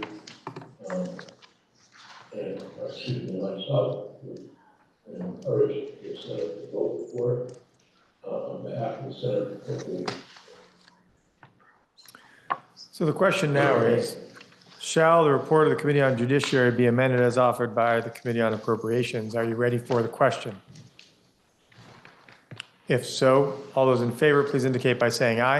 Aye. Aye. Those opposed indicate by saying nay. Nay. The ayes appear to have it. The ayes do have it, and you have entered the report of the Committee on Judiciary as offered by the Committee on Appropriations. The current question is, shall the Senate adopt the report of the Committee on Judiciary as amended? There is an amendment in the calendar. Would the senator from Bennington care to offer that amendment? I would, Mr. President. Senator from Bennington. These are more or less technical amendments offered by both the Department of Corrections and the Buildings and General Services. They would be like to be struck from the Section 6 study on inmate population reduction. They don't feel that they're part of that, and I tend to agree. So they would strike the Department of Buildings and General Services after in consultation with the Department of Corrections. Second amendment is more technical to make. Does anybody know whose phone? I don't know, Senator Steers, if you happen to notice your phone was just ringing, is there something you could do about that? I can turn it off as soon as I can. All right. I'm sorry about that. You continue. We'll do our best. All right, to the second amendment is more technical in nature and strikes out the word correctional following men's and inserting in lieu thereof re-entry to make it clear that it's amended the entry facility that we discussed. The question is, shall the report of the Committee on Judiciary be further amended as offered by the senator from Bennington? Are you ready for the question? If so, all those in favor, please indicate by saying aye. Aye. Those opposed indicate by saying nay. The ayes have it, and you have further amended the report of the Committee on Judiciary. The question now is, shall the bill be amended as offered by the Committee on Judiciary as amended? Are you ready for the question? If so, all those in favor, please indicate by saying aye. Aye. Those opposed indicate by saying nay. The ayes have it, and you have adopted the report of the Committee on Judiciary as amended. The question now is, shall the bill be read a third time? Are you ready for the question? If so, all those in favor, please indicate by saying aye. Aye. Those opposed indicate by saying nay. The ayes have it, and you have ordered third reading of H 876. Senator from Chittenden Central. Thank you, Mr. President. I would move that our rules be suspended at this time and we place H 876 in all remaining stages. Now, the senator from Chittenden Central moves that the Senate suspend its rules in order to place H 876, an act related to miscellaneous amendments to the corrections laws through all remaining stages of passage. Are you ready for the question? If so, all those in favor, please indicate by saying aye. Aye. Aye. Those opposed indicate by saying nay. The ayes have it, and you have placed H 876 through all remaining stages of passage. We have third reading ordered on H 876, an act relating to miscellaneous amendments to the corrections laws. Are there any amendments for third reading? Seeing none, please listen to the third reading of the bill. H 876, an act relating to miscellaneous amendments to the corrections laws. Now the question is, shall the bill pass? Are you ready for the question? If so, all those in favor, please indicate by saying aye. Aye. Aye. Those opposed indicate by saying nay. The ayes have it, and you have passed H 876. Senator from Chittenden Central. Thank you, Mr. President. I would move that our rules be suspended and we take off the notice calendar S55, an act relating to authorizing public body to meet electronically at this time for immediate action. Now, the senator from Chittenden Central moves, actually, for a second, what I thought you heard was a point of inquiry as to, am I wearing a tie with Looney Tunes on it? And the answer to that point of inquiry is yes, I am, because sometimes it feels like it's a little bit crazy. And I think, oh, folks know that during votes, you're not supposed to speak or talk or pass notes, and yet it continues to happen. So I appreciate your point of inquiry, but with respect, I believe you actually moved to suspend the rules in order to take up for immediate consideration off the notice calendar S55, an act relating to authorizing public bodies to meet electronically under Vermont's open meeting law. Are you ready for the question? If so, all those in favor, please indicate by saying aye. Aye. Those opposed indicate by saying nay. The ayes have it, and you have suspended your rules in order to take up for immediate consideration S55. The current standing question is, shall the Senate concur with the House Rules Amendment on S55 for the Committee on Government Operations? Senator from Addison. Thank you, Mr. President. So the House proposed a series of amendments to this bill, and some of them your Government Operations Committee likes and appreciates, and a couple of them we are divided on. But given the time in the session, we are going to recommend concurrence with the House. So I'll just walk you through some of the changes. This is, as you recall, the open meeting law revamped because of the work that we did during COVID to allow boards and commissions at the state and the local level to meet fully remotely because of the public health emergency. That expires at the end of June, so we need to update the open meeting law, and that's what S55 does. First of all, they included a definition of hybrid meeting, which is helpful. A meeting that includes both a designated physical meeting location and a designated electronic meeting platform. They also added a definition of undue hardship that will be used in the bill. It means an action required to achieve compliance would require significant difficulty or expense in light of factors including the overall size of the entity, sufficient personnel and staffing availability, and the entity's budget and the cost associated with compliance. And they included that definition because there are two parts in the bill that they added that would be sort of hinged on undue hardship.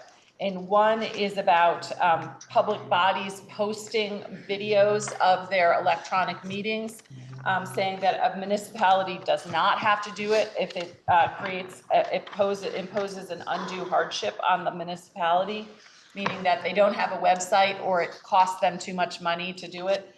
And then they also sort of included that idea of an undue hardship for the public to a member of the public asking for access to a meeting.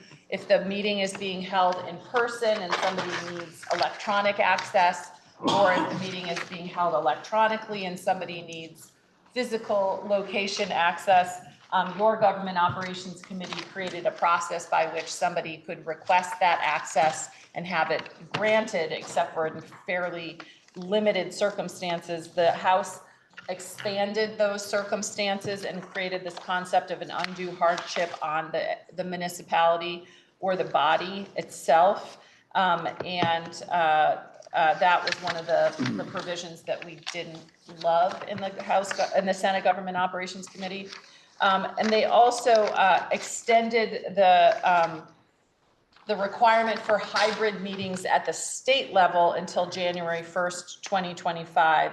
There were a couple boards that came forward that were going to have a hard time finding a physical location to meet because their offices had been flooded, and they were in temporary locations that didn't allow them to have public meetings in those temporary locations, or they didn't have sufficient space, and therefore they were going to have to rent space, and it was going to cost them a lot of money.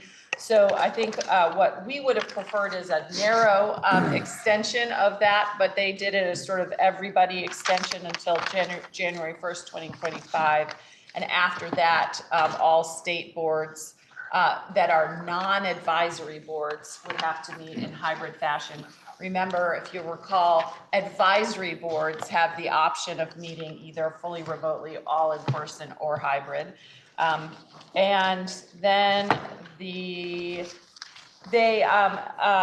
might recall that we had created in the Senate Government Operations Committee this idea of a local incident, which would allow local boards and commissions to either meet fully remotely or fully in person, or whichever way they needed to, if there was a local incident. And that could include a snowstorm or loss of power at the town office building or something.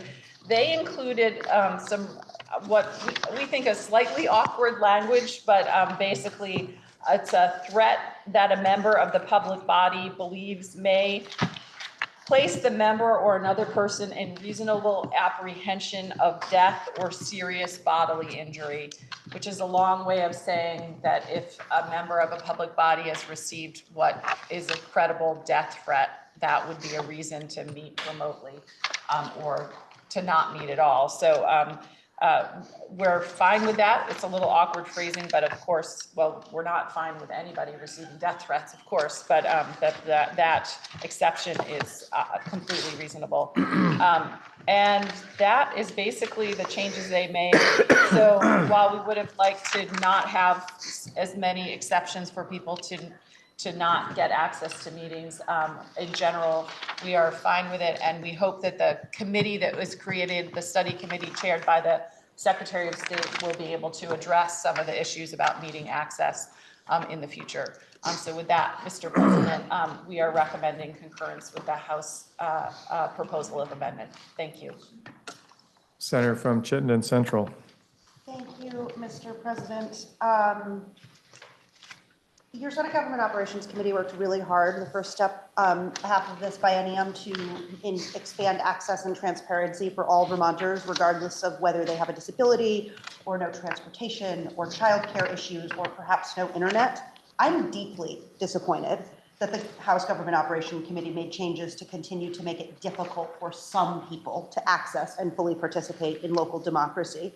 And therefore, I will not be voting to concur with their changes.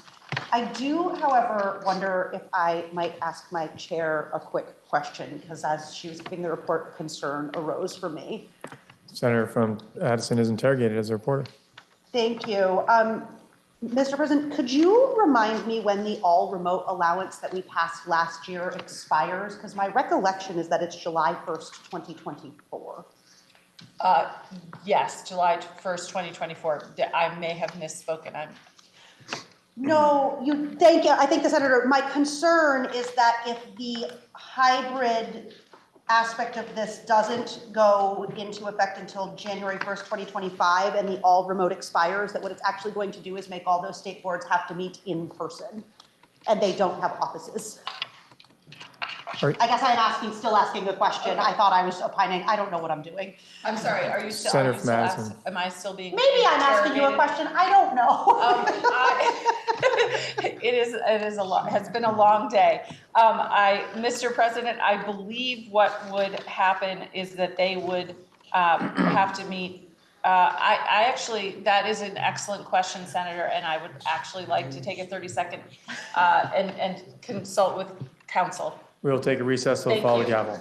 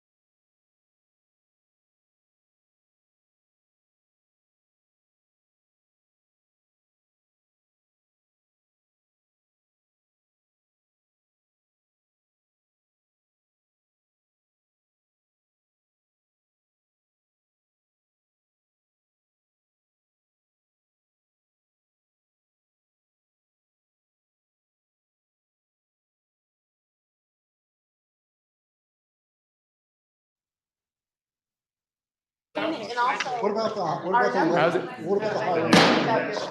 Senate will please come to order. No. Well done. Senator from Madison. Thank you, Mr. President. After the senator from Chittenden Central and I consulted with legislative counsel, we feel like the language in section 4 of the bill as proposed by the House, which states that state non-advisory public bodies shall not be required to designate a physical meeting location for regular and special meetings or hold regular and special meetings in a hybrid fashion until January 1st, 2025 is clear enough to say that they aren't required to do that. They can, and which means they could meet fully remotely until January 1st, 2025. So it just extends the ability to have a fully remote meeting for state non-advisory public bodies until January 1st, 2025. It's slightly awkward language, but we feel like it works after reading it over multiple times. So we are going to continue with our desire to concur with the House, albeit slightly reluctantly. Thank you, Mr. President. I thank the senator for real this time. Thank you, Mr. President. Question is, shall the Senate concur with the House Proposal Amendment on S55? Are you ready for the question? If so, all those in favor, please indicate by saying aye. Aye. Those opposed indicate by saying nay. Nay. The ayes appear to have it. The ayes do have it, and you have concurred with the House Proposal Amendment on S55. Senator from Chittenden Central. Thank you, Mr. President. At this time, I would move that we take off the notice calendar for action H687, an act relating to community resilience and biodiversity protection through land use, otherwise known as the Act 250/housing.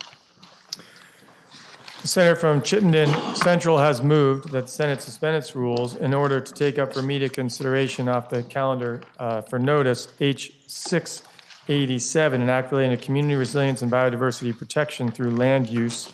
That can be found on page 4953 of today's calendar. Are you ready for the question? If so, all those in favor, please indicate by saying aye. Aye. Those opposed indicate by saying nay. The ayes have it, and you have suspended your rules in order to take up for immediate consideration H687 as found on page 4953 of today's calendar. The pending question is, shall the Senate concur with the House Proposal Amendment on H687? Senator from Madison. Thank you, Mr. President.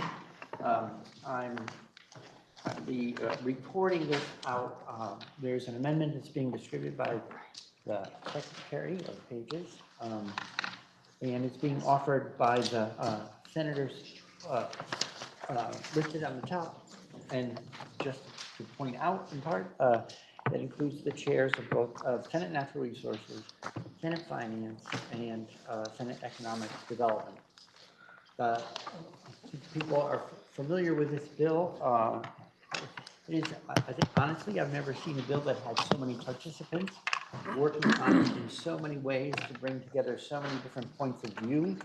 And I'm proud of the work of the Senate, even though it was, I would say, difficult, that people really came to the challenge, rose to the challenge in good faith, and crafted what's before you, an amendment to do some final surgical changes, I'd say, to the bill. Although I am reminded that surgery is usually performed under anesthesia, so beginning with the first instance of amendment. This is section 22, tier 3 rulemaking. So tier 3 relates to critical resource areas, largely rural areas, natural resource areas. There was some concern on the part of municipalities that have a lot of this sort of territory, that it might be in some way burdensome to be so labeled in terms of them being able to do develop the sort of housing they need and want. And that is certainly not, I think, a real consequence of the bill, but we add some language to be explicit about that and provide some comfort that no municipality or region would be disproportionately impacted by tier 3 designations. It would limit reasonable opportunities for tier 1 or tier 2 designations. In other words, within a tier 3 area, that you would also have tier 1 or tier 2 designated areas. The second instance of amendment is a strikeout of prior language related to a requirement to obtain jurisdictional opinions, basically to memorialize your exemption from Act 250. They're not actually, they can be requested, and there are developers, like for instance, affordable housing folks, Evernorth, that don't proceed on a project without a jurisdictional opinion in hand. But here, by striking that language, we've made that an option available to folks who are developing, but not a requirement for them. And the third instance of amendment, this addresses the mixed nature of Vermont in terms of size of towns. We had originally referred to municipal officials, but there are smaller towns where some of the folks, they're not necessarily, municipal staff, as in paid staff, but there are other people. We have many people who serve as on a voluntary role, and they're not paid staff. But they are nonetheless municipal officials, and so we expand the definition to make sure that it works for towns large and small. Fourth instance of amendment is a further specification around development in Tier 1A areas, areas that we anticipate that most kind of development would happen, are smart growth areas. And we add to the definition the public water and wastewater systems. So this is a requirement, and in support of more intense development, that they have public water and wastewater systems or planned improvements that have the capacity to support additional development within the area. I'm going to come back to this just below because we developed some guidance language that goes hand in hand with that. So here in that fifth instance of amendment, Tier 1A guidelines. So we're asking the board to write guidelines to help during the development of these tiers and their definition in order to be helpful to those who are seeking designation. The board, Natural Resources Board, or becoming the Land Use Review Board, will publish guidelines to direct municipalities on how to obtain Tier 1A area status. We added here, the guidelines shall include how a municipality shall demonstrate that improvements are planned for a public water or wastewater system, and at what stage in the process of the improvements they need to be, what stage of the process of improvements need to be providing a reasonable expectation for completion. So all of this is to say, there are areas that will be seeking Tier 1A designations, and maybe many years into the future that they're actually going to expand, for instance, municipal water and sewer from an existing neighborhood into an adjoining neighborhood. So that's why we use the phrase planned improvements. They may not currently have all the infrastructure they need to support the development they're planning, but they need to have a viable plan with reasonable expectations of completion. There was some committee discussion about this today, and I spoke to some regional planners after the committee adjournment was written. And you know, the assurance I was given, which came up in committee as well, is by being designated a 1A area, doesn't mean that we're now going to assume that all that kind of municipal infrastructure is necessarily there. If you're going to develop housing, you're going to have to get you'll have wastewater permits to get. And so the capacity will be demonstrated on a project by project basis, permit by permit. Not an Act 250 permit, but a state or municipal permit. In the sixth instance of amendment, this is a modification of the language related to housing, interim housing provisions in order to support the accelerated development of housing in areas. It starts here, so at the bottom of page 1, you see that we're talking about 50 units of housing constructed and maintained on a tract of land of 10 acres or less, located within, and on page 2, you'll see we're in village centers. We also, right after that, and within 1/4 mile of its boundaries. So we take village centers, elsewhere in the bill, we take the other types of designated centers, and we expand their boundaries in order to provide a larger footprint for more opportunity for development. The same provision applies to a second instance of amendment here, and that is a municipality that's located within a census-designated urbanized area with over 50,000 residents. So in essence, that is the greater Burlington area. And so this is an area where along transit, the second half of that sentence is, and within 1/4 mile of a transit route.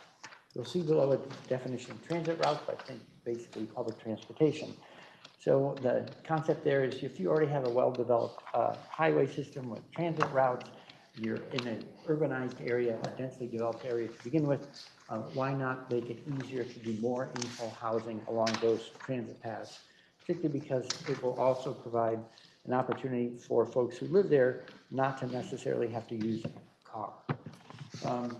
So subsection B, in that same area, we get into more details related to housing that are developed.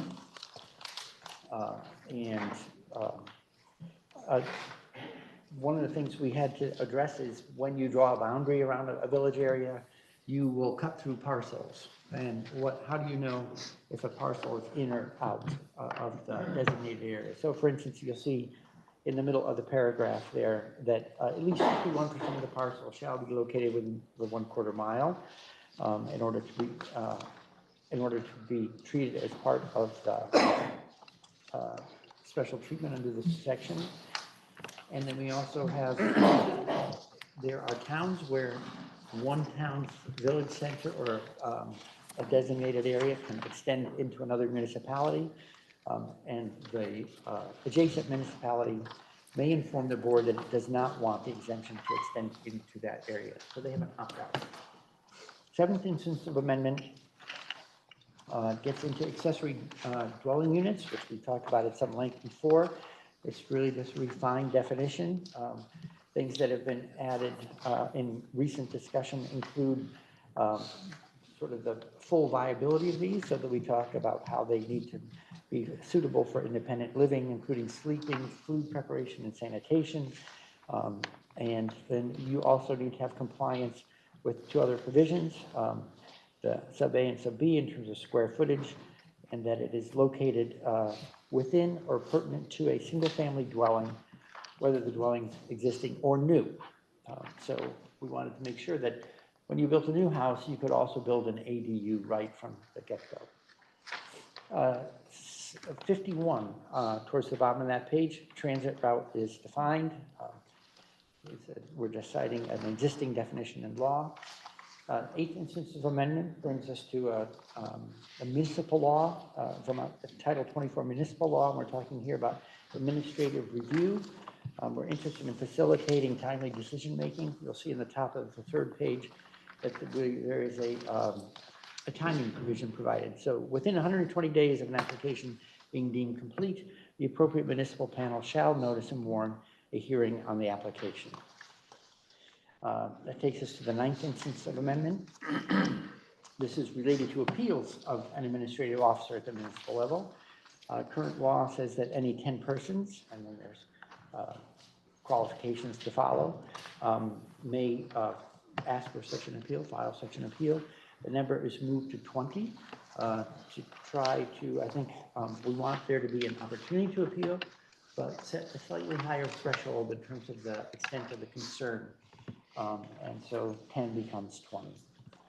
In the 10th instance of amendment, we are restoring a section that was struck by the House's version, and that is the Vermont land bank report. So the language is actually very helpful here. The Department of Housing and Community Development and the Vermont Leagues of Cities and Towns shall analyze the feasibility of a land bank program. That is one that would identify, acquire, and restore to productive use vacant, abandoned, contaminated, and distressed properties. The department and the league shall engage with local municipalities, regional organizations, community organizations, and other stakeholders. So we tried to make sure it was a very comprehensive invitation to those who would be interested. And then it lays out 5 items for that group to report back out on. All of the goal towards facilitating the the acquisition and restoration to public use of properties as defined in that first paragraph. A report comes back to the legislature by December 15 of this year. That takes us to the 11th instance of amendment, which begins to take on a tax-related provision. And at this moment, I would like to recognize the senator from Chittenden Central, Southeast.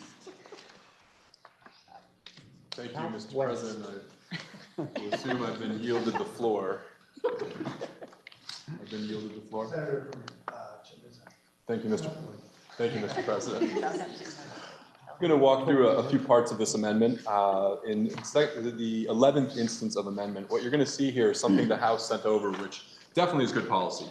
So what they are proposing is that current law is the first $100,000 of property purchase, you only pay about 0.5% in property transfer tax, and then everything above it, I think it's 1.25%.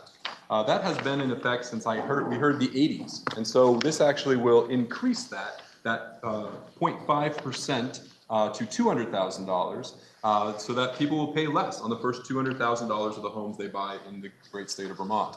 So we definitely like that. That does carry up with it a cost. And so what we also did want to revisit and have restored the Senate language has to do with how to pay for that.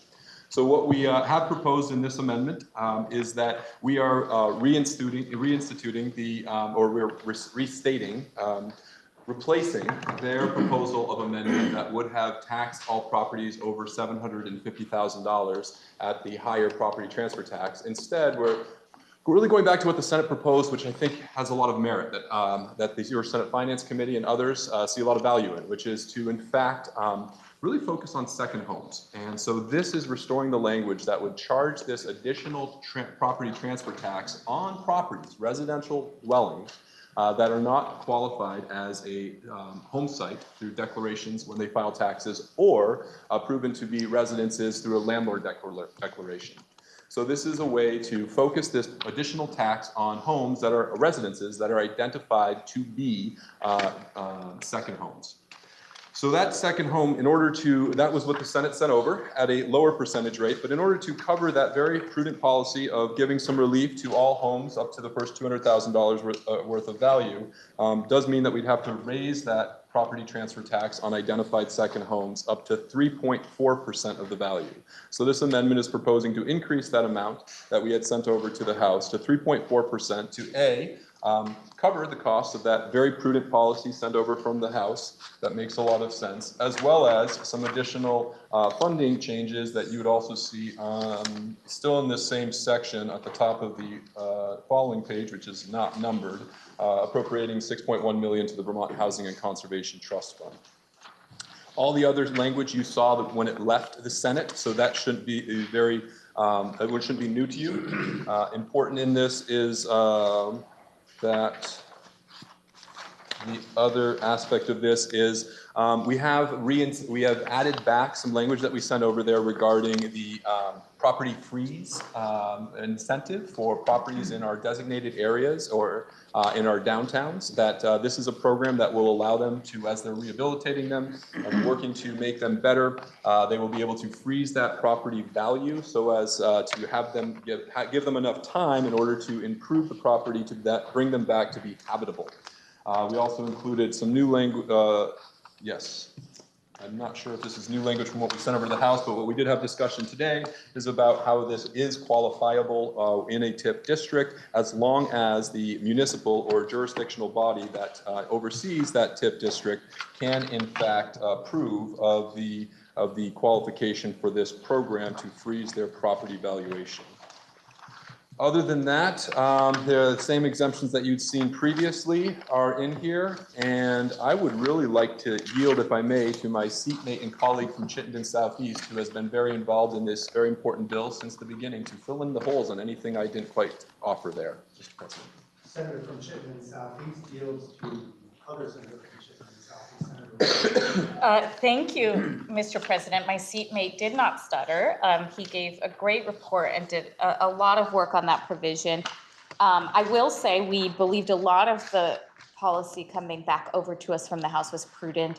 But as both the chair of the Economic Development and Housing Committee and sitting on finance, I would have a very hard time going home and saying we did our utmost on housing, while at the same time taxing all property transfers over $750,000 at 3.65%, which is the proposal that we struck in order to reinstate our second home tax.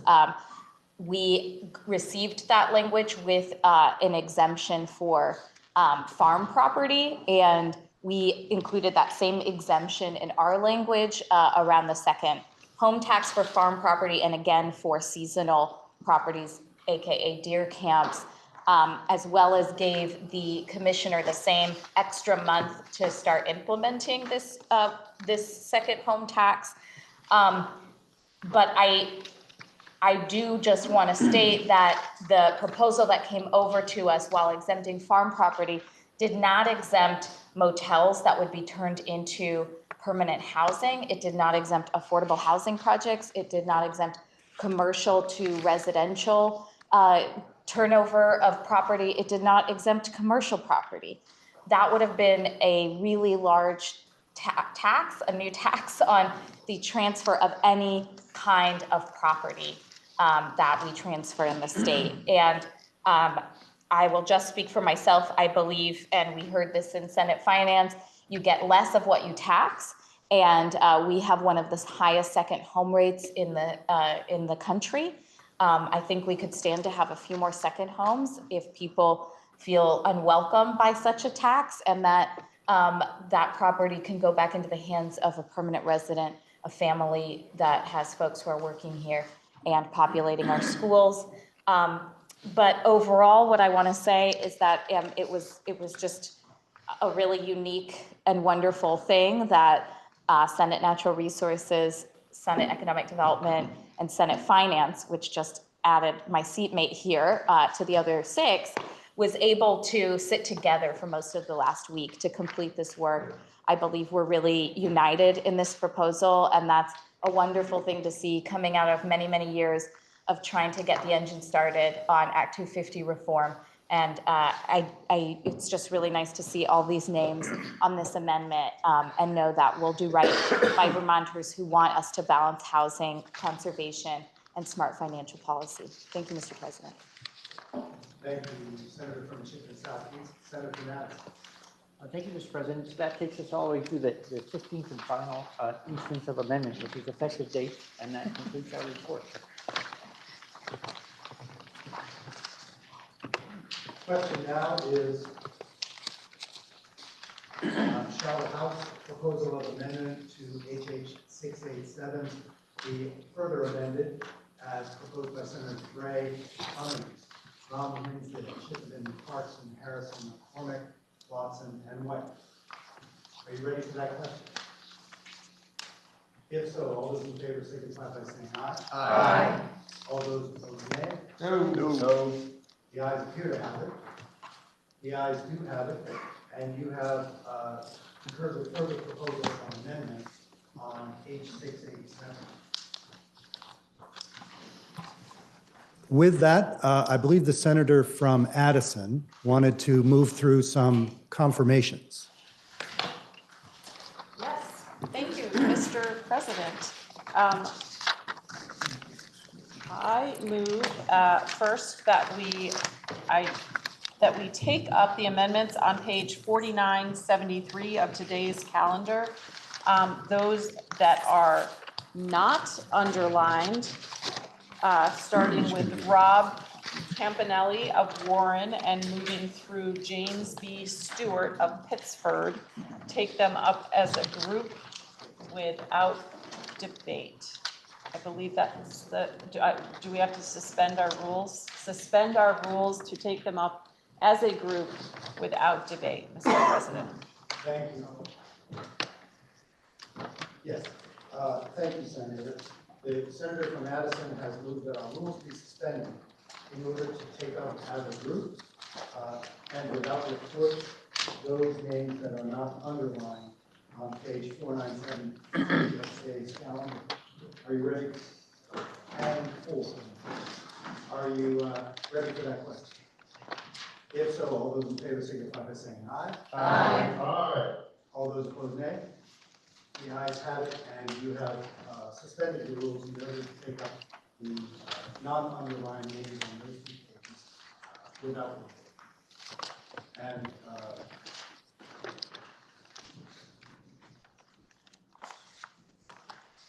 the question now is, shall those appointees be confirmed as a group? Are you ready for that question? If so, all those in favor signify by saying aye. Aye. All those opposed, nay. The ayes have it, and you have confirmed all those non-underlying names. Senator from Addison. Then I propose that we take up the 3 underlined names. However, I see that we are missing a senator from Chittenden Central. So we could start perhaps with the next one, which would be me. Thank you, Senator. We have an appointment reported out of committee to take up for confirmation. This is the appointment of Robin Lunge as a member of the Green Mountain Care Board for a term of from and including October 2nd, 2023 to and including September 30th, 2029, and until a successor is appointed and has qualified. I would recognize Senator Hardy for that report. Thank you, Mr. President. This is the confirmation of Robin J. Lunge to the Green Mountain Care Board. Many of the senators who've been in the building for a long time recognize the name and know Robin Lunge. She is the senior member of the Green Mountain Care Board, or the dean, maybe, of the Green Mountain Care Board. She's been there for quite a long time. And prior to that, she actually worked for our own legislative council. She has a degree from the University of California, Santa Cruz, a Bachelor of Art in Sociology. She has a JD from Cornell Law School and a Master's in Healthcare Delivery Science from Dartmouth College. She's, as I said, been a board member since November of 2016 at the Green Mountain Care Board. She also serves as a guest lecturer at Dartmouth College and is a member of the State Advisory Committee of the National Academy of State Health Policy. She has published a number of reports and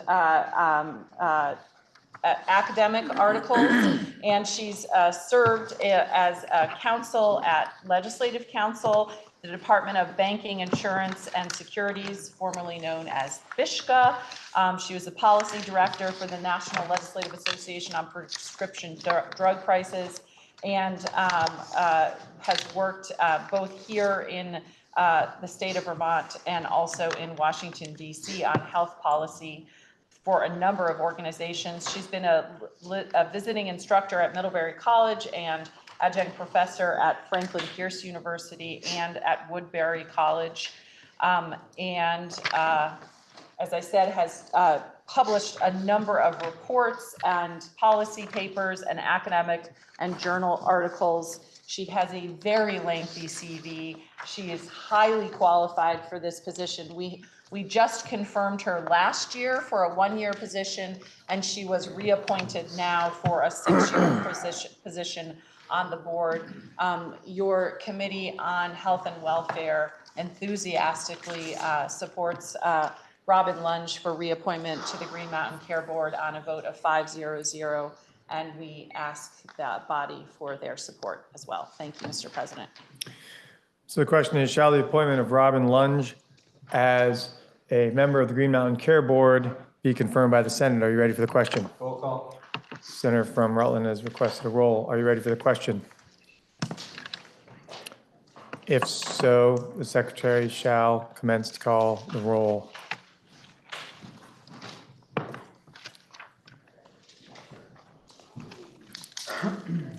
Senator Baruch. Yes. Senator Bray. Yes. Senator Brock. No. Senator Campion. Yes. Senator Chittenden. Yes. Senator Clarkson. Yes. Senator Collmore, Yes. Senator Cummings, Senator Hewlett, Yes. Senator Hardy, Yes. Senator Harrison, Yes. Senator Ashin, Yes. Senator Ingles, Yes. Senator Kitchell, Yes. Senator Lyon, Yes.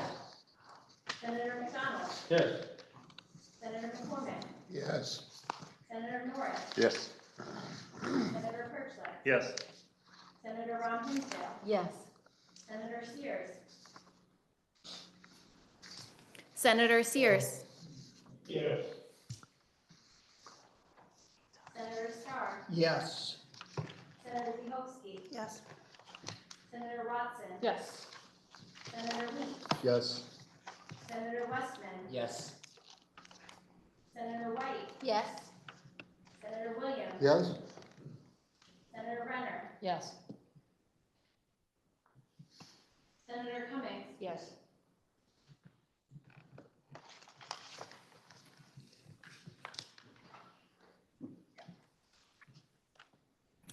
Please listen to the results of your vote. Those voting yea, 28, those voting nay, 1. And you have confirmed Robin Lunge as a member of the Green Mountain Care Board for a term from and including October 2nd, 2023 to and including September 30th, 2029. We now have up for consideration. Ready? Either way, sure. All right, well, I'm going to go with the appointment of Alex Farrell as a member, as a commissioner of the Housing and Community Development for a term from and including November 1st, 2023 to and including February 28th, 2025 until a successor is appointed and as qualified. The question is, shall the appointment of Alex Farrell be confirmed by the Senate? I'd like to recognize the senator from Chittenden Southeast for their report. Thank you, Mr. President. I am sure, and I believe Alex gave me a wonderful, glowing bio that I do not have with me. But I can speak from the heart about Commissioner Farrell. And I wanted to make sure we got this confirmation on the books because it is his first year being confirmed in this role. He had been deputy commissioner and really rose to the occasion when Josh Hanford moved to the Vermont League of Cities and Towns. I hope I speak for all or most in saying that he's been a very fair player and someone who can really be relied on to participate in stakeholder groups and try to work with everyone to find common ground and meaningful solutions. On a personal note, he went to high school with my husband, so yes, the person making housing policy with the state and administering it is that old. And he was the student of my seatmate, my colleague from Chittenden Southeast. He has had a long, circuitous experience growing up in Vermont and being a CVU student. I hope he doesn't mind. On a personal note, he has one brother with special needs. He has one brother that he lost to an overdose a couple of years ago, and he really knows what it's like to see a lot of the different sides of the Vermont experience, and that informs his really good work as our Commissioner of Housing and Community Development. I enthusiastically support his confirmation. I don't want to misspeak about a formal vote that our committee took, honestly, because I don't know if we ever got to that point, but I hope they'll make their feelings known in a roll call vote. And so I might preempt the senator from Rutland and ask for a roll call. Thank you, Mr. President. You're welcome, and if he's that old, what's that make the rest of us? But in any case, the senator, the question is, shall the appointment of Alex Farrell as the Commissioner of the Housing and Community Development be confirmed by the Senate? Are you ready for the question? If so, the Secretary shall commence to call the roll.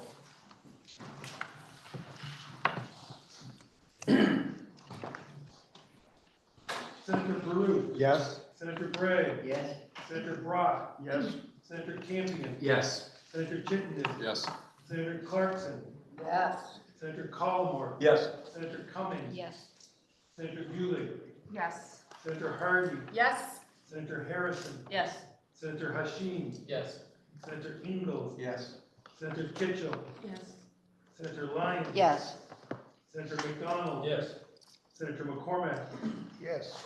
Senator Norris. Yes. Senator Perschler. Yes. Senator Ron Hinsdale. Yes. Senator Sears. Yes. Senator Starr. Yes. Senator Bihowski. No. Senator Watson. Yes. Senator Weeks. Yes. Senator Westman. Yes. Senator White. Yes. Senator Williams. Yes. Senator Renner. Yes.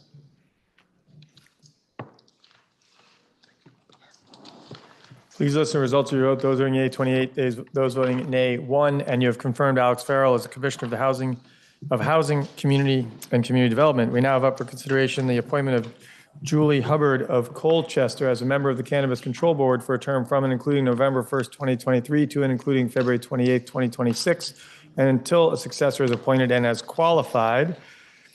The question is, shall the appointment of Julie Hubbard be confirmed by the Senate? For the report of the Committee on Government Operations, Senator from Chittenden Central. Thank you, Mr. President. Julie Holbird has been the Cannabis Control Board Commissioner since April of 2021, so this is a reappointment. Julie has a Bachelor's of Arts in Hotel and Hospitality Management and a Master's of Arts in Leadership. Julie also served previously on the Vermont State Ethics Commission from 2017 to 2021 and was the chair of the Ethics Commission from 2019 to 2021. Julie has extensive public service experience and a lengthy and impressive employment history, largely in human resources. Julie has done some really amazing work already with the Cannabis Control Board, chairing a municipal roundtable in the fall of 2021, sending out a survey to Vermont cities and towns to gather their input before beginning the rulemaking process. 77 towns responded to that survey and 20 participated in the online roundtable and listening session. Julie is also on the Social Equity Subcommittee of the Cannabis Control Board, the Public Health Subcommittee of the Cannabis Control Board, and the Social Equity and Economic has led a social equity and economic empowerment networking series in the winter of 2021 and 2022. Julie also implemented a workforce and employment survey in the spring and summer of 2023. She conducted workforce surveys to better understand Vermont's cannabis workforce needs.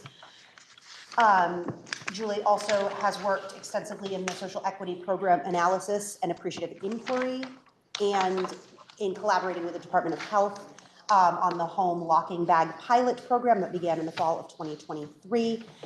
Julie has also was the keynote at the Cannabis Human Resources Council's Human Resource Summit in the summer of 2023, and has been invited to speak at the New York University in regards to her work around cannabis regulation and entrepreneurship.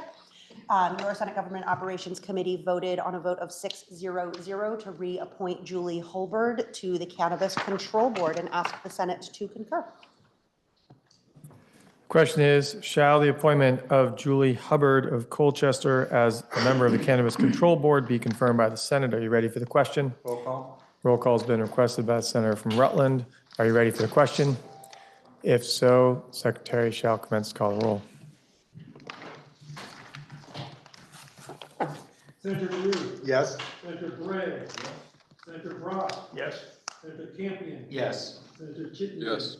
Senator Clarkson. Yes. Senator Collmore. Yes. Senator Cummings. Yes. Senator Hewley. Yes. Senator Hardy. Yes. Senator Harrison. Yes. Senator Hashim. Yes. Senator Ingalls. Yes. Senator Kitchell. Yes. Senator Lyons. Yes. Senator McDonald. Senator McCormick. Yes. Senator Norris. Yes. Senator Perschler. Yes. Senator Ron Hinsdale. Yes. Senator Sears. Yes. Senator Starr. Yes. Senator Bihowski. Yes. Senator Watson. Yes. Senator Weeks. Yes. Senator Westman. Yes. Senator White. Yes. Senator Williams. Yes. Senator Renner. Yes.